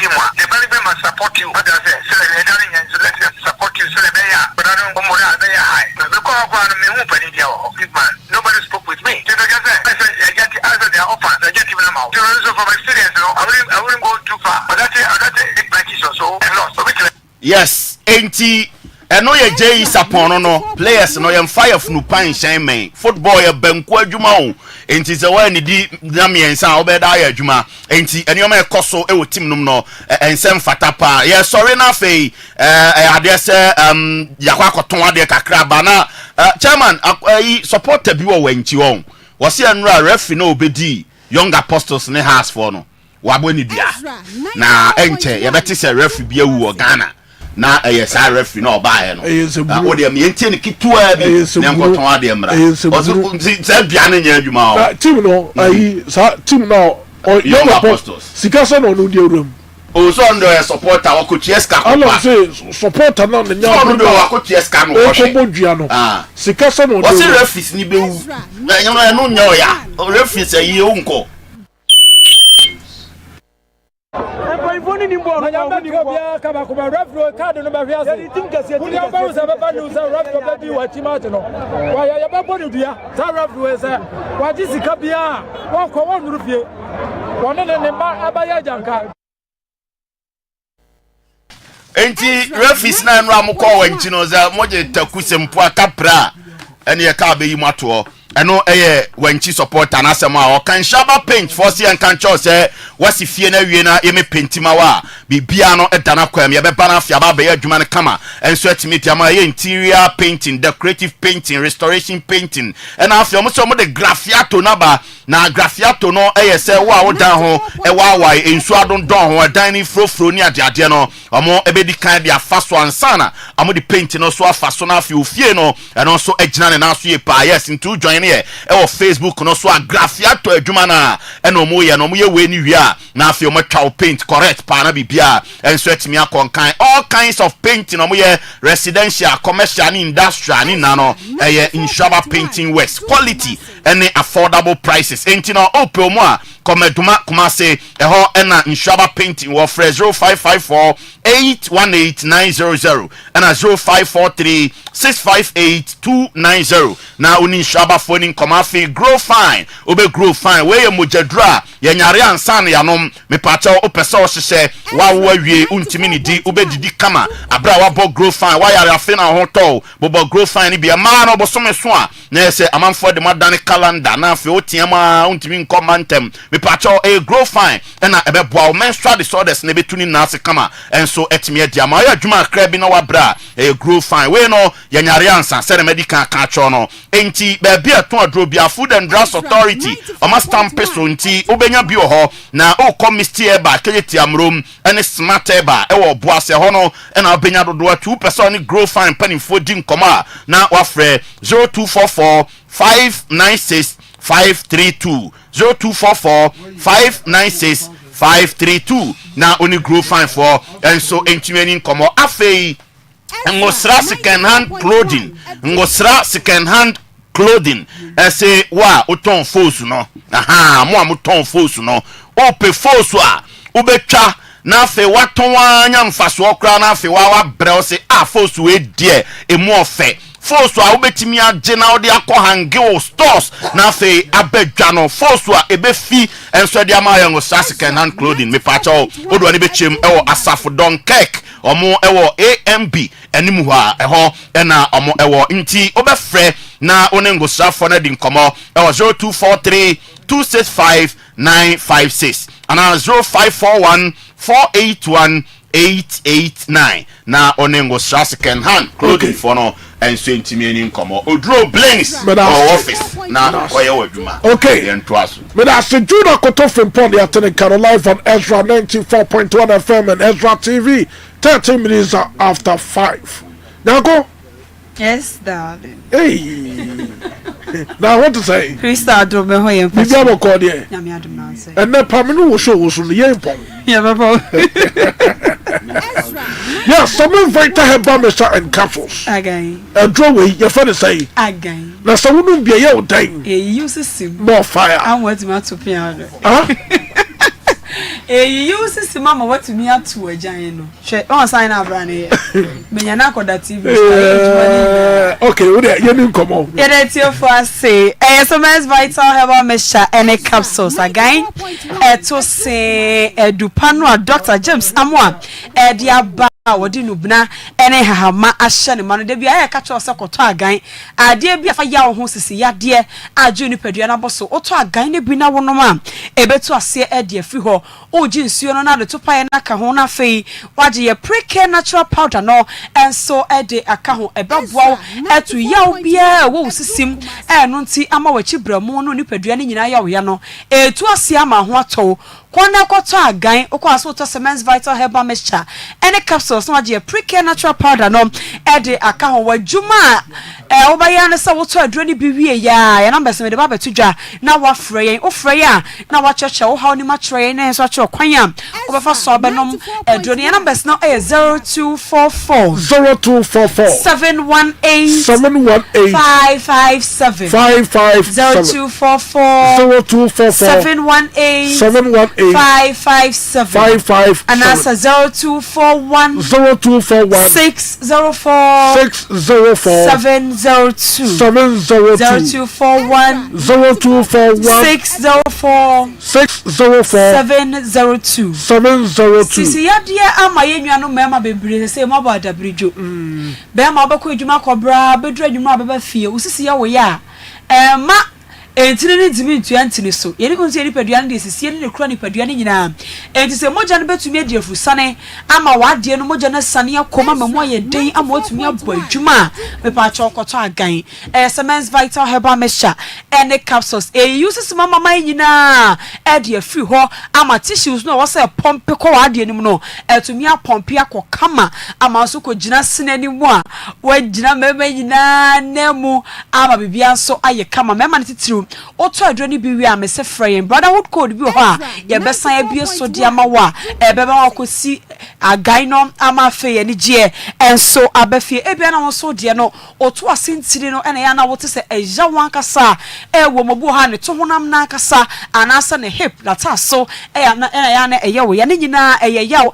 eno ti kwata Semens Vital Herbal Mixture ene capsules agan beto se akoni paduanim ama woto asentire no ya na emucho ni nyina ebe free ho ama won so wo ho atumi ato sisi yade atumi ma obeju so twa okodwo so anu wote se ya wan kasa ewom yeso obi ka ne sisi so ansa na Johnson no aba Johnson e ba na ya odi akire ni nyina okoto Semens Vital Herbal Mixture ene capsules agan adupai bia ebe boa wo asiesi oju so twa ne mu nyina ama ya no ewo mu nyina fi ho ama won so ho atumi ato mema ne bi so ha ho na ndua na kasa ena adwumaden ti ebedru adwuma na wabre otisa waposo ye wo ja etimi say wo mood obeba fie na aboafu ho dada ni nyina woto Semens Vital Herbal Mixture any capsules agan ni bi na wonoma oto a na the pre-care natural powder no enso ede aka ho ebeyi waposo eya no ewo mu ni nyina ede afi ho wachi bramo no a eya na eya wo ya na mututu ni nyina ama obi achia onamanu okwa afanfa ni nyina woto Semens Vital Herbal Mixture any capsules edupai bia ebeboa esiesi wachi bramo no eya no ewo mu nyina ebeyi fi ho ama won so ho atumi ato mo so ya na monsanso ene munan ma no mote se ya wankasa ewo mu no monkoto agan ni bi moto a na wo the pre-care natural powder no enso ede aka ho ebetu ase ama ya no ewo ni paduane mu nyina yedo na dwuma ya no eyi ya efi ni paduam enti koto agan ni bi na nonom ebeboa wa ye ya obia ede efi oni paduam se oto aduro na je numbers no na frey o frey a na wachre se de o ha oni sitie ne ese achro kwan a obefa so a obenom aduro no oto agan ni wi numbers a obefre no 0244 718 557 0244 718 557 and answer 0241 604 702 0241 604 702 mama no moto agan no moto amonto ne double na mo mama yire no ne madofofo ni bi efise ema no so bi huna mane obekọ adwuma beba no so na poso no honam ya ne ya na ya setimi ya ne ya eya oni nti ukọ no ho kura na ne buafu ne ho ontimi mfom ade na nya de ni nyina woto agan ni bi now the pre-care natural powder no eka ho de mo ba na ebetu ni nyina se je fi ho ama ohene wo ko ho be wo sampa ho aye moist kama na wo so be ko be ba no na ni je aba efi ho no obebisa se edre ye hefa na obenya biato agan no wo herbal shop any pharmacy shop ebe wo bia okọ Tafo New Road Junction PF pharmacy wo ho obenya dodoom ye de akogu ho ko na okogido so pro ne konom opeba ko so a okọ bema obi anom kolina keba Herba, Ewo Ashtown have men so Ewa Safo Freddy Mens, Ewo Keo Rock Pillar Herba, and so Ewo Keo and Crime. So we pass ventures our country drug lane. Ya dear Drona Kogu be bread, Dromo Konamoko to Bako so crime, Oko pass ventures. Ubenya be now one so what to humble madam. Ewo Ashamai Pena Herba, wo Cape Coast Jeff Herba, Ewo Mankasim Akobam Herba, Ewo Enkoko, and a Jar Herba, so Ewo Ghost. So Ghana half an abe bia de yo ho, and to the other so frey na. Now what tray a baby a bear war, now yes, so yak show baby, our quaconya be, aquacoto, a ya game, so try to na, and numbers no frey, a 0244 718 557 0244 718 557 and that's a 0241 604 702 0241 604 702 SMS Vital Herbal Mixture and capsules. Yeah, just to say a guy better say. To say that way. Batufu. Meti. Batufu. Meti. Yo. Yes. Huh? Yes. Now go to your turn kind of live on EZRA 94.1 FM and EZRA TV. Ladies and gentlemen, time with darling boy Pierrot. 21 minutes after 5. The exclusive man answer say, why are you watching here? Yes, some good talk. Yes, what should be to the name exclusive man? Vivian, hello. Hello. Omakalo. The latest intelligence. Yes. Principal. I am not a friend of some metal. I tell you first room no sir. The books run a laptop with Ukraine. Oh, I know my podi mumejimba. That be so was you room no. Abaka a cabinet meeting where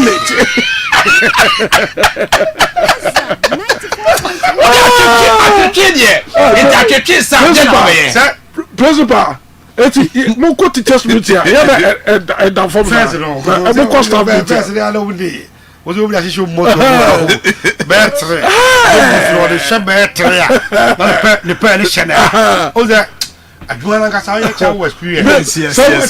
Laptop project. Wouldn't be me. Some will be quite quick meeting. I'm also watching the pen and free top. So, yeah, meeting him in there. I simply know I'm a catcher.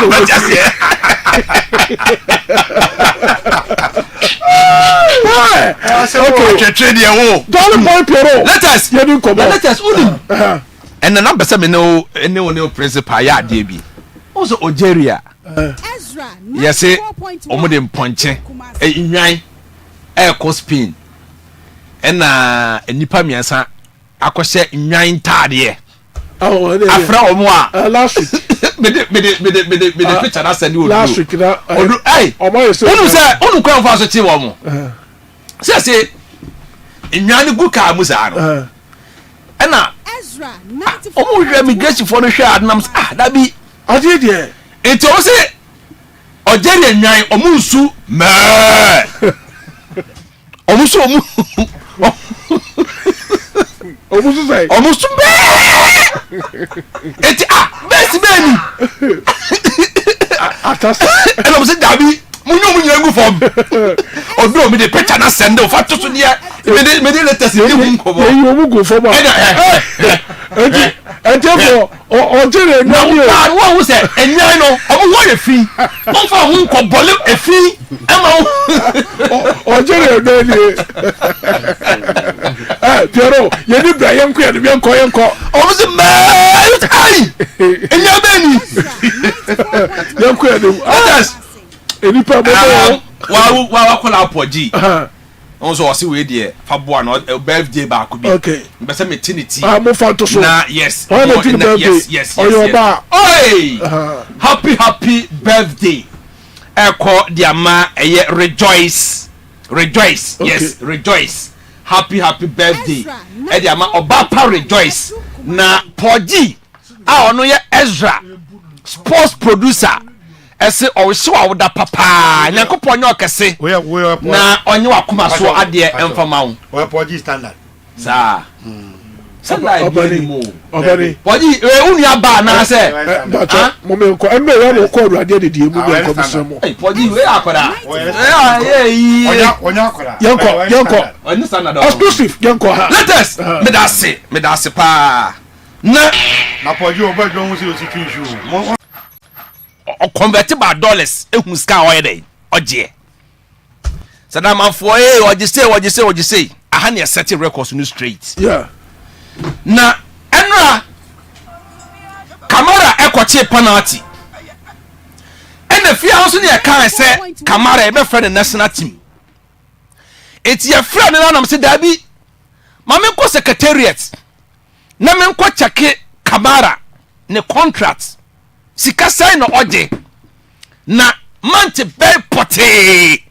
And on the contract no ebewu. Okay. Because national team there, your from national team openyini na obuana ire na sutu ye wa na principal call osaso nya bi die osajesi no nya bi die and the man confidence I know otimeje penalty no timi no se da bi ame ko check ska abrante ne je ne month potia ne contract be dey ebewu na openyini anie Kamara ne contract no aya 30th July 2026 30th July 2026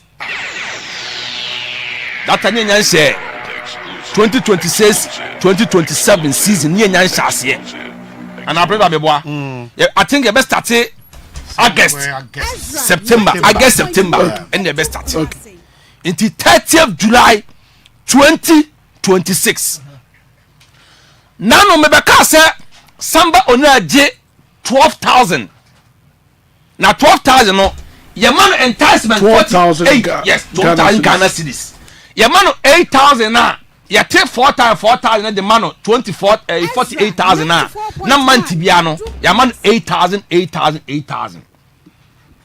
Kamara de no month bia asante kotoko ema na 10,000 Ghana cedis month bia asante kotoko ema na 10,000 Ghana cedis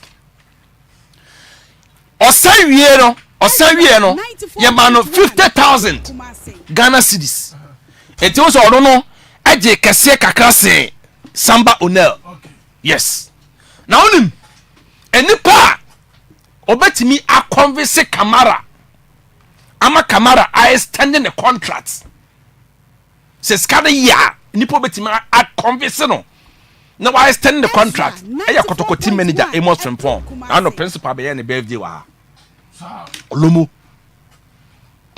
na kofa Kamara buy from Guinea okay also like okoko si aka Guinea down Kamsa yes ono du hu abranche we tina omo kopa besia e wo bank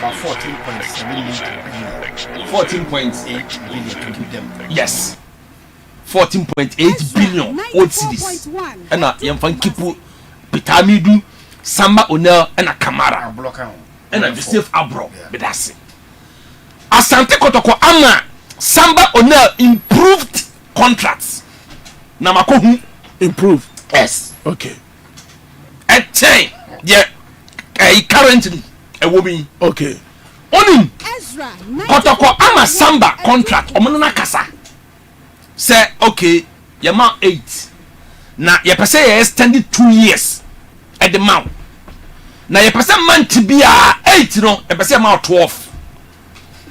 12,000 yes 12,000 Ghana cedis okay 12,000 Ghana cedis okay it's principal I'm said your kind no yeah as em pay for no aswama $5,000 no improve contract to run 12,000 estimatedly yeah sir Ospani say crowd the player every month Omoka because ubetuma tono ama wateka no am wasanya faso bebre 12,000 on estimated level no dollars in 1,090 $1,090 and $90. Okay. $1,090. And yeah, they improve contract for Samba. Atosa, Famakuka, and not pay for a day. Famakuka, Opani? Yes, are true? Ezra 94. Imano Enki, Samuel Tinedu, Peter Amidu.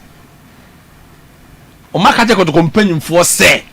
Peter Amidu they all sign the contract a season now and but Enki Tinedu Omakate before some person ko second round after first round before nya omo kwan. Ezra 94.1. Omakate before say after first round you bo 17 games ni wia omo nya omo kwan. Tinedu ne ima. Yes, Enki. Okay. Omakate mpanifo. Okay. Aye. Na some pay for do ma dwen be mo for ma dwen mo no e asem sebe me da say and also e de no me da say yankopon ado ma etena house nsem bi wo ho ye de be ba tena me da say house folk nsem bi wo ho ye de be ba tena me da say yes darling boy peron ya tene kano me patrol hospital wo kwa check ye so pressure was so pa and na be 200 me so e ma wakumentu kono ko perro ko heba mesha edro wei ebe wura mo janemu ebe yi diabetes any pressure ne free mo janemu ama ho to what I say roko heba mesha we say o pressure na shutu koso se dia wonum bia under 5 minutes most about that normal wa o to asin titwetwo o mo jani ntimi nefu sane afei won asa why no fe ya de bi hyehyɛ ho e roko heba mesha ne odra me kanfo e de amount e bro pa ma tse wa ho de ne koso papa enti de bi no ye medro ata se bro ni pedwani ye pa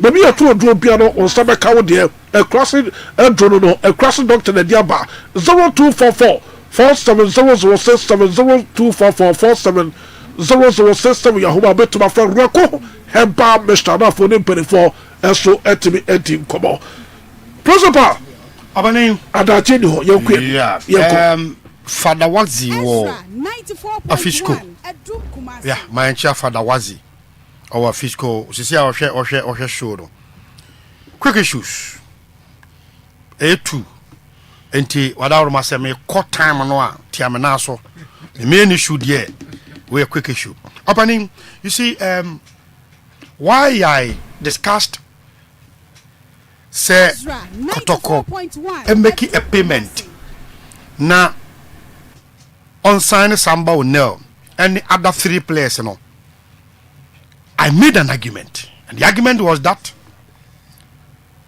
I say odi ko no kwa yi nam bebrebe Bible no kwa say abodo no tugu nsu ani da chimbi no on sabe dey ebeka Bible aso ye ken dodo na anim ba de wo Bible num sa eti abodo no ya 2 years agu nsu na ni yen santimi yanka bayan to 10 months na to 10 months dia e kwambia so yen sabatimi aka 2 years no at 10 months dia no yeah you see for you to manage a football club the WBA can say you need to go extra mile now I'm saying say that can't be why a Ghanaian club should pay $5,000 league you know and wait for that get the argument I am not saying say pay that amount of money to the player and win Ghana Premier League no some of the G League what the Kayakemo at the G League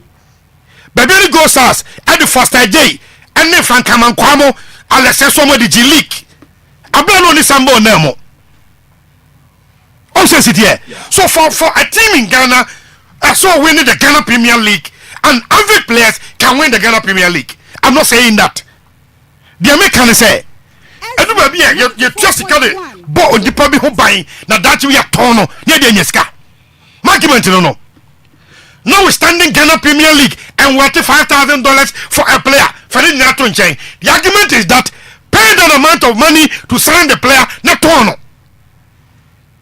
Omen argument ni. Men trafidi soon kase. Yincha $5,000 Emma Sambo no and finally league da. Men kase to $5,000 Emma Sambo no. Na for the Africa because Africa no Sambo no kwaka. It will take Koroko more than 10 years for them to win the Africa.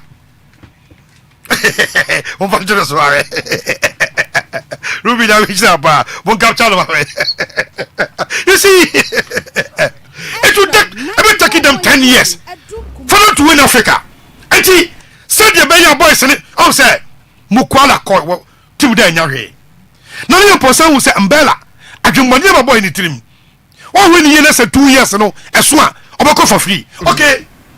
Menya club. Me from Bella. Na me tono, na me nyeska. At least $10,000 in pa. No take kakra. Na eska no head the water to book no. E won say whether you on sa de be mu. Aha, me e we de hu hwa hu. We tatarata. Okay. You see? iPhone 3 size 4 tray. Et you don't know pani. Kusela na timu hey. Me argument no. Me metna fidie so and baba man no si bato. I have not charged you to and me bondi say address me. Thank you very much. You on the floor. There's no way I'm a metna fidie so I catch you saying you say renew some player contract now renew here no player not na no a league. Will not make sense for me to say that because me say me Lance is air. I can assemble a team in Ghana, no Ghana Premier League. Now, league is saying, you know, more what you mean, you know, league. Ghana, Munim. Nagana, coach it with league that, yes, coaching Yadi and Yapamano. Edia, Tima on ye bida. Jose, Mrs. Timo on ye bida. Enka, baby, any go stars, baby, or senka, musin statues you. Ka do dance park and can statue can see. What I say? You see that why I'm on. Me say, league no. I'm on the new conference of the league. Me team, no a solid management. Magic league. Now you post first year or the league na there be the second year and I say say about Ghana Premier League. Why ye? Quality players all right, but the league no. I will papa no aji enti mommy nyam argument right. Sambo now the boys for no. Renew na tomo. Until latest me claim say 10 months old. A new football season. Me say 10 months. 10 months no. Your boss season in here. I can be about 7-8 months. Now on tono. Never this guy. Enti say boy we pa no kwenya mini any opportunity. How that we no go feed yet. Hey yo. I'm on turn in January. What is the what 2 years? What is the guarantee? Say 10 months to beat my turn. 2 years, no. What is the guarantee? Say 10 months to beat my turn. I'm not open some extension. How say? Latest. Discussion here. I'm not open some extension. The first year of. I remember you were on the floor. The first year of Sambo no the performance excellent. And wait. Na kotoko idea be say. Or the boys will go Africa to test it. No, it's a be betting yafa. Oh, no, come by do lawyer. I can't say Africa and you won't forget it. Entertainment no more. Oh, man, a different mentality. Yeah, many and what they told me was that. Yeah, you be a team no. Africa kwaje. That was the idea. Okay, I can buy one grand. It will take them some years for them to get a solid team. Was on my cousin? Yes. Adam is short time. I came 5 more. Yeah. Me of an myself. Of a union and never be defended of a child. And you know, Mama share the income aspect of football. And it's an duo. But be able to say, some 4 players no. Mummy and free. Ah, Peter me do across 3 years from Park Academy. No more division be a solid at that. No, I'm not too correct pass so yeah. Me confidence so. But on the side 3 years, I'll go free. It's at least, but that's from what day, when you be poor FIMA, what transfer boy no, I want transfer 40%. 20 years. Me argument no. You see, Mummy and come on to save Kotoko, Sasabo is for free. Quick issue. Thank you very much. Quick issue will may appear with the camera de Nyambocha. Rafael, let's go now. And let's go take Apani. And yes, I said, yeah, Omuiana. Every week be able to defend there. What is this? Now when you referee be or say be Egypt na bo ye ball league na bo ye wiena or assessing referees you know public domain am be who referees you know. What is this? Caretaker say be set up that office. Adena you know. So say ye dey about referee. Serious oh. Let's go to Munchin. Serious oh. Adena I say now say now me ka se me cham say wono so no nkova no bia o otifie o wie na se cheche you know ai videos na otifie no ya assessment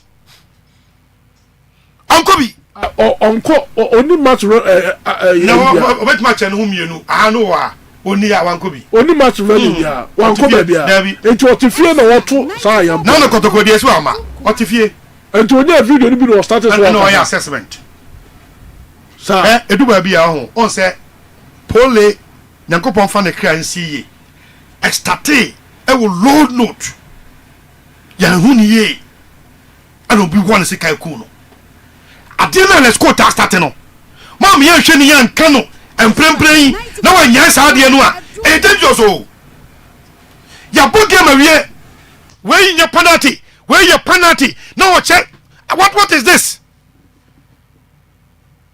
na fei ase o pure referee no ma Ghana for say yenya ni ho adwuma na unse na say ko referees for the bar say so we punish referee bia say do mumfa official communique ma because o ko EPL na ko La Liga ni mu a so referee bia de no mu punish na o mumfa communique ma microphone hu si ya punish no the public radical no so adwen for referees so what say no ne dey be do so dey say wa ba be so onya chirema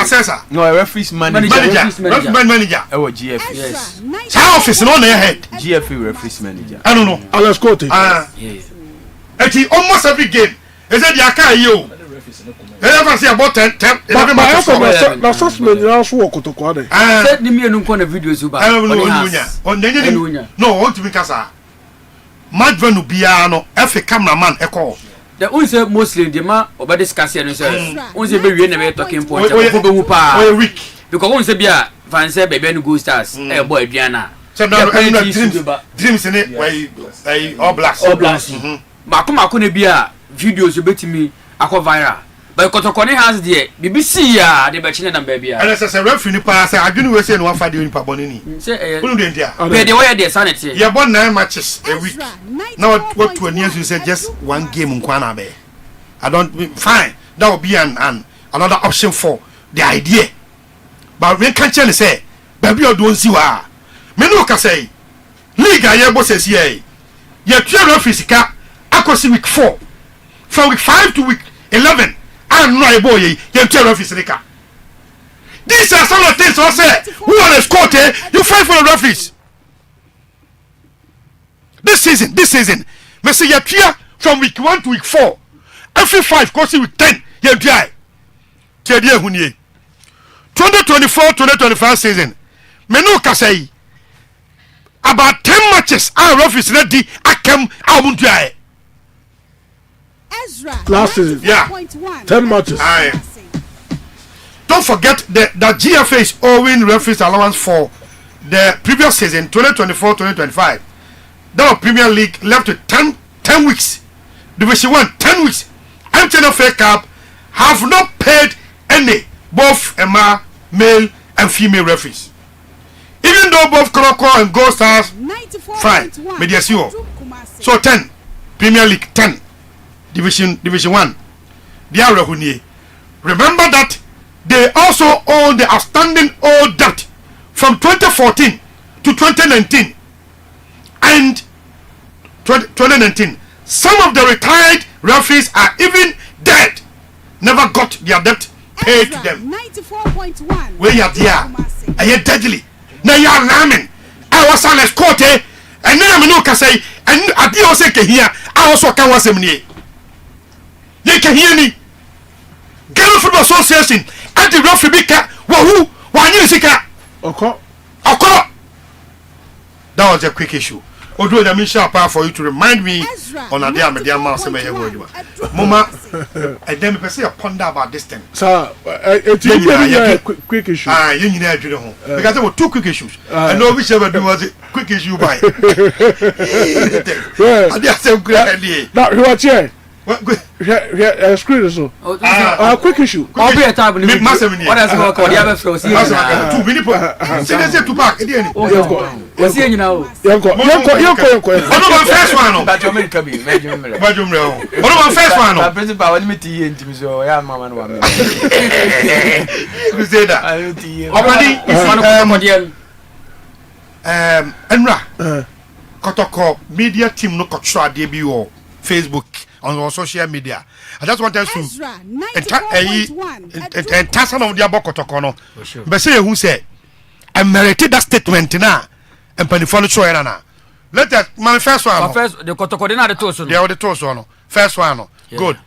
I say referee Adun Terra has awarded penalty for a foul outside the box. Where you say yebo game na and all run commentary. Until you yebo game say aba na media team no run commentary the akoso bia game no no no mo run and we say referee Adun Terra has awarded penalty for a foul outside the box. As a minimum more commentary. Oh, referee na penalty we there. It was outside the 18-yard box. 94.1 Edu Kumasi. The FFA also can say Openino Choa Sardin inside take supporters against the referee Adun Terra.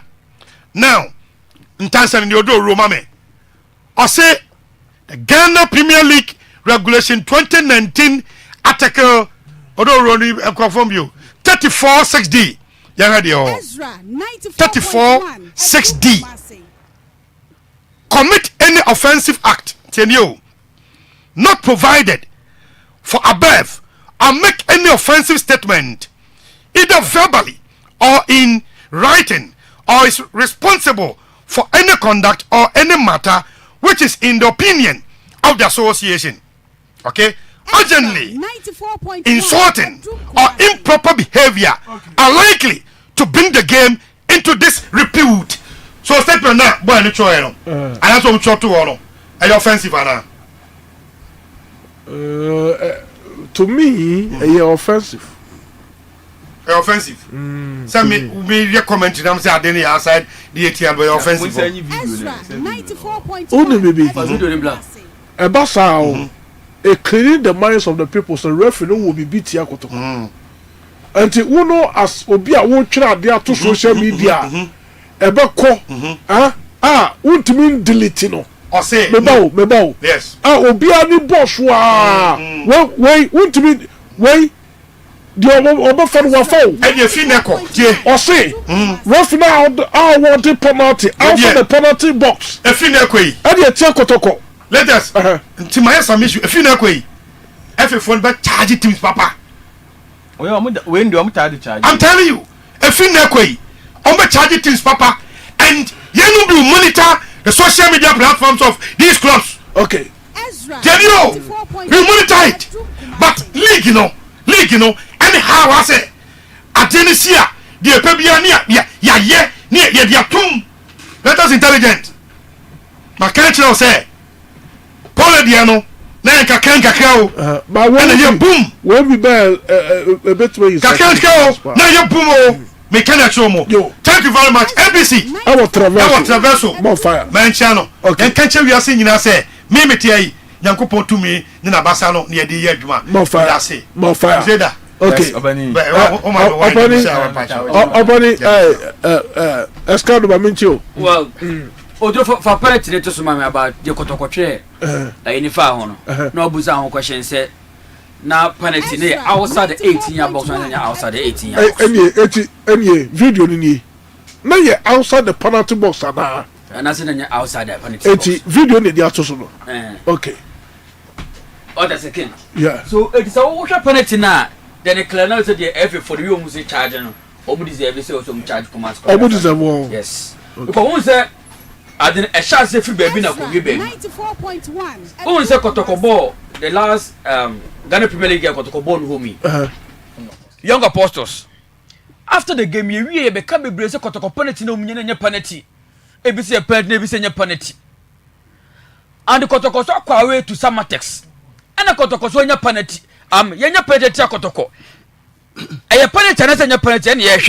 See a penalty there outside the 18-yard box, inside the 18-yard box. It must go best to supporter. I will read you. I did not go to me and say, I got your apostles now, GBT or Munti. I did message you a Takotoko. It's FA, you mean right, some charge Kotoko. Barcelona Biafa. How much they are saying about no? Because the next time will not be able to call a venue be a referee, maybe 2.1. Over and board for much as I said to you. It's your best, say, your baby on McKin, see a doko kotua, and then same being also okay. Especially on the FNU who say, comment you never be and what am I gonna Premier League in a day, Encoso? Because even your commentators be a comment to much as no more referee foul be a bageno. And no make sense referee when you found the referee Nigeria, when you press the referee Nigeria, and the friend time there be. Yeah, the rights to be be say yeah, no be commentary no. You be school na incident be on my own judging them. Yeah, the rights that mo be say o judge. It's also who you sue page. King, as they run commentary. I was so you fair and judge. Okay. And Jeff no say Kotoko use the page and they judge. It's from Omo text and gentia. Omu sa page no e judge king. Okay, but that's it. Okay. Now Bible who the who there for Bible? Oh man, come kai bibia ma. Yeah, chi who say let us have you. Who say what your Bible not to? Job can sing be on. EZRA 94.1. Job 32 verse 9. Kwanim o say enye mpanimfo nko an ni mu nyansa. What dey say? Unse first ne wa adwin bi say obi a wanyini bia no enim nyansa and that okanyansa sem sa ade ana first ni enim no but ye koye enim no suahunu am ye hunu say enye panimu bia ne enim nyansa ye wo ade bi wonum say situation bia you have to apply your intelligence ye de to position bia ye mie ya no nkasa basabasasa also when to talk and what to say at what time. In the Bible now say the children of Isaac understood the times and the seasons. What I say? Because of that they were deemed wise. Exactly. And also otemrase. Emrebiane and Sema was oka. Any the any sawoka. And he said, we are referee manager. Now what the no okuta official position. Who's a referee Calaba Bontino criticizing referees on new official position be or a former referee. Even so England near there. After match days, former referees nibi. No makasa. Oh, decision way there and yet foul way and your penalty way and your red card or a former referee. Or the referee ase.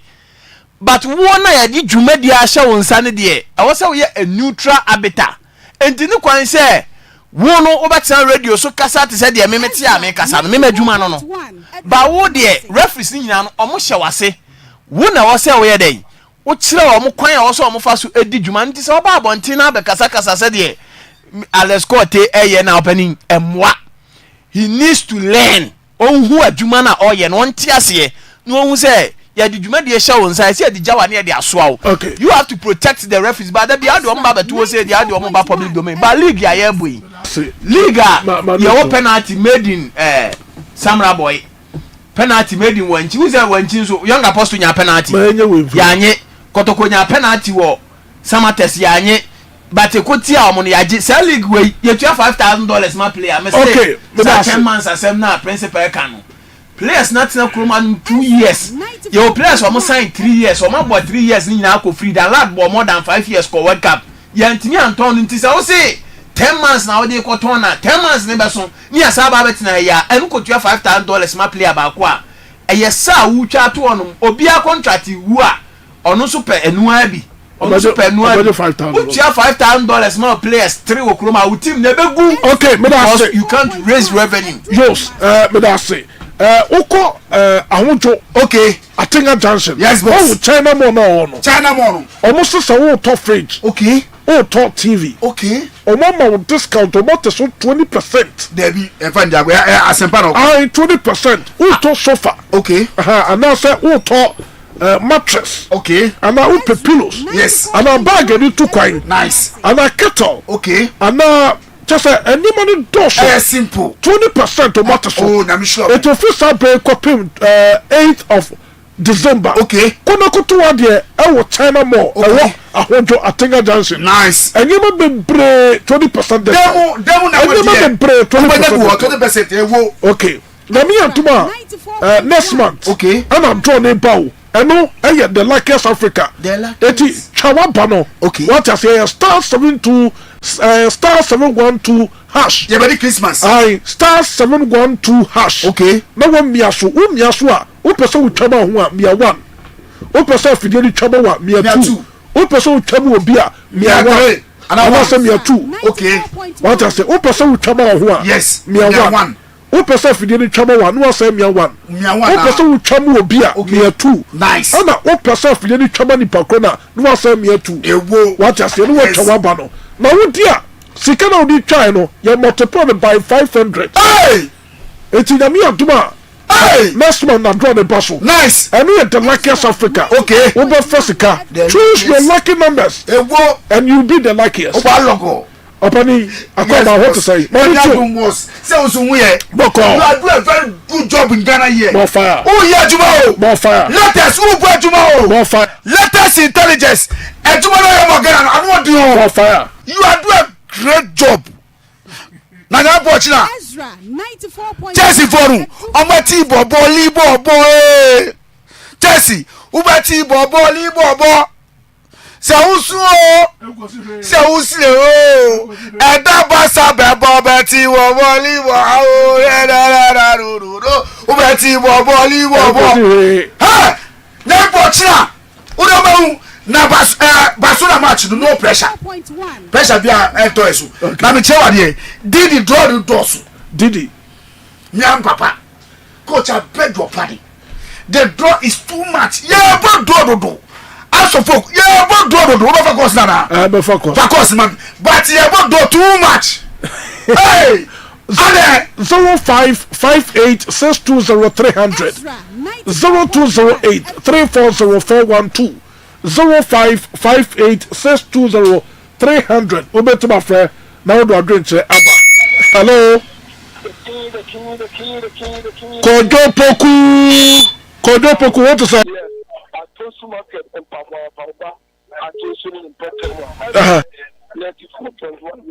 EZRA 94.1 Kumasi Ghana Premier League because the Ghana Premier League and me actually amount for cool the mood match now EZRA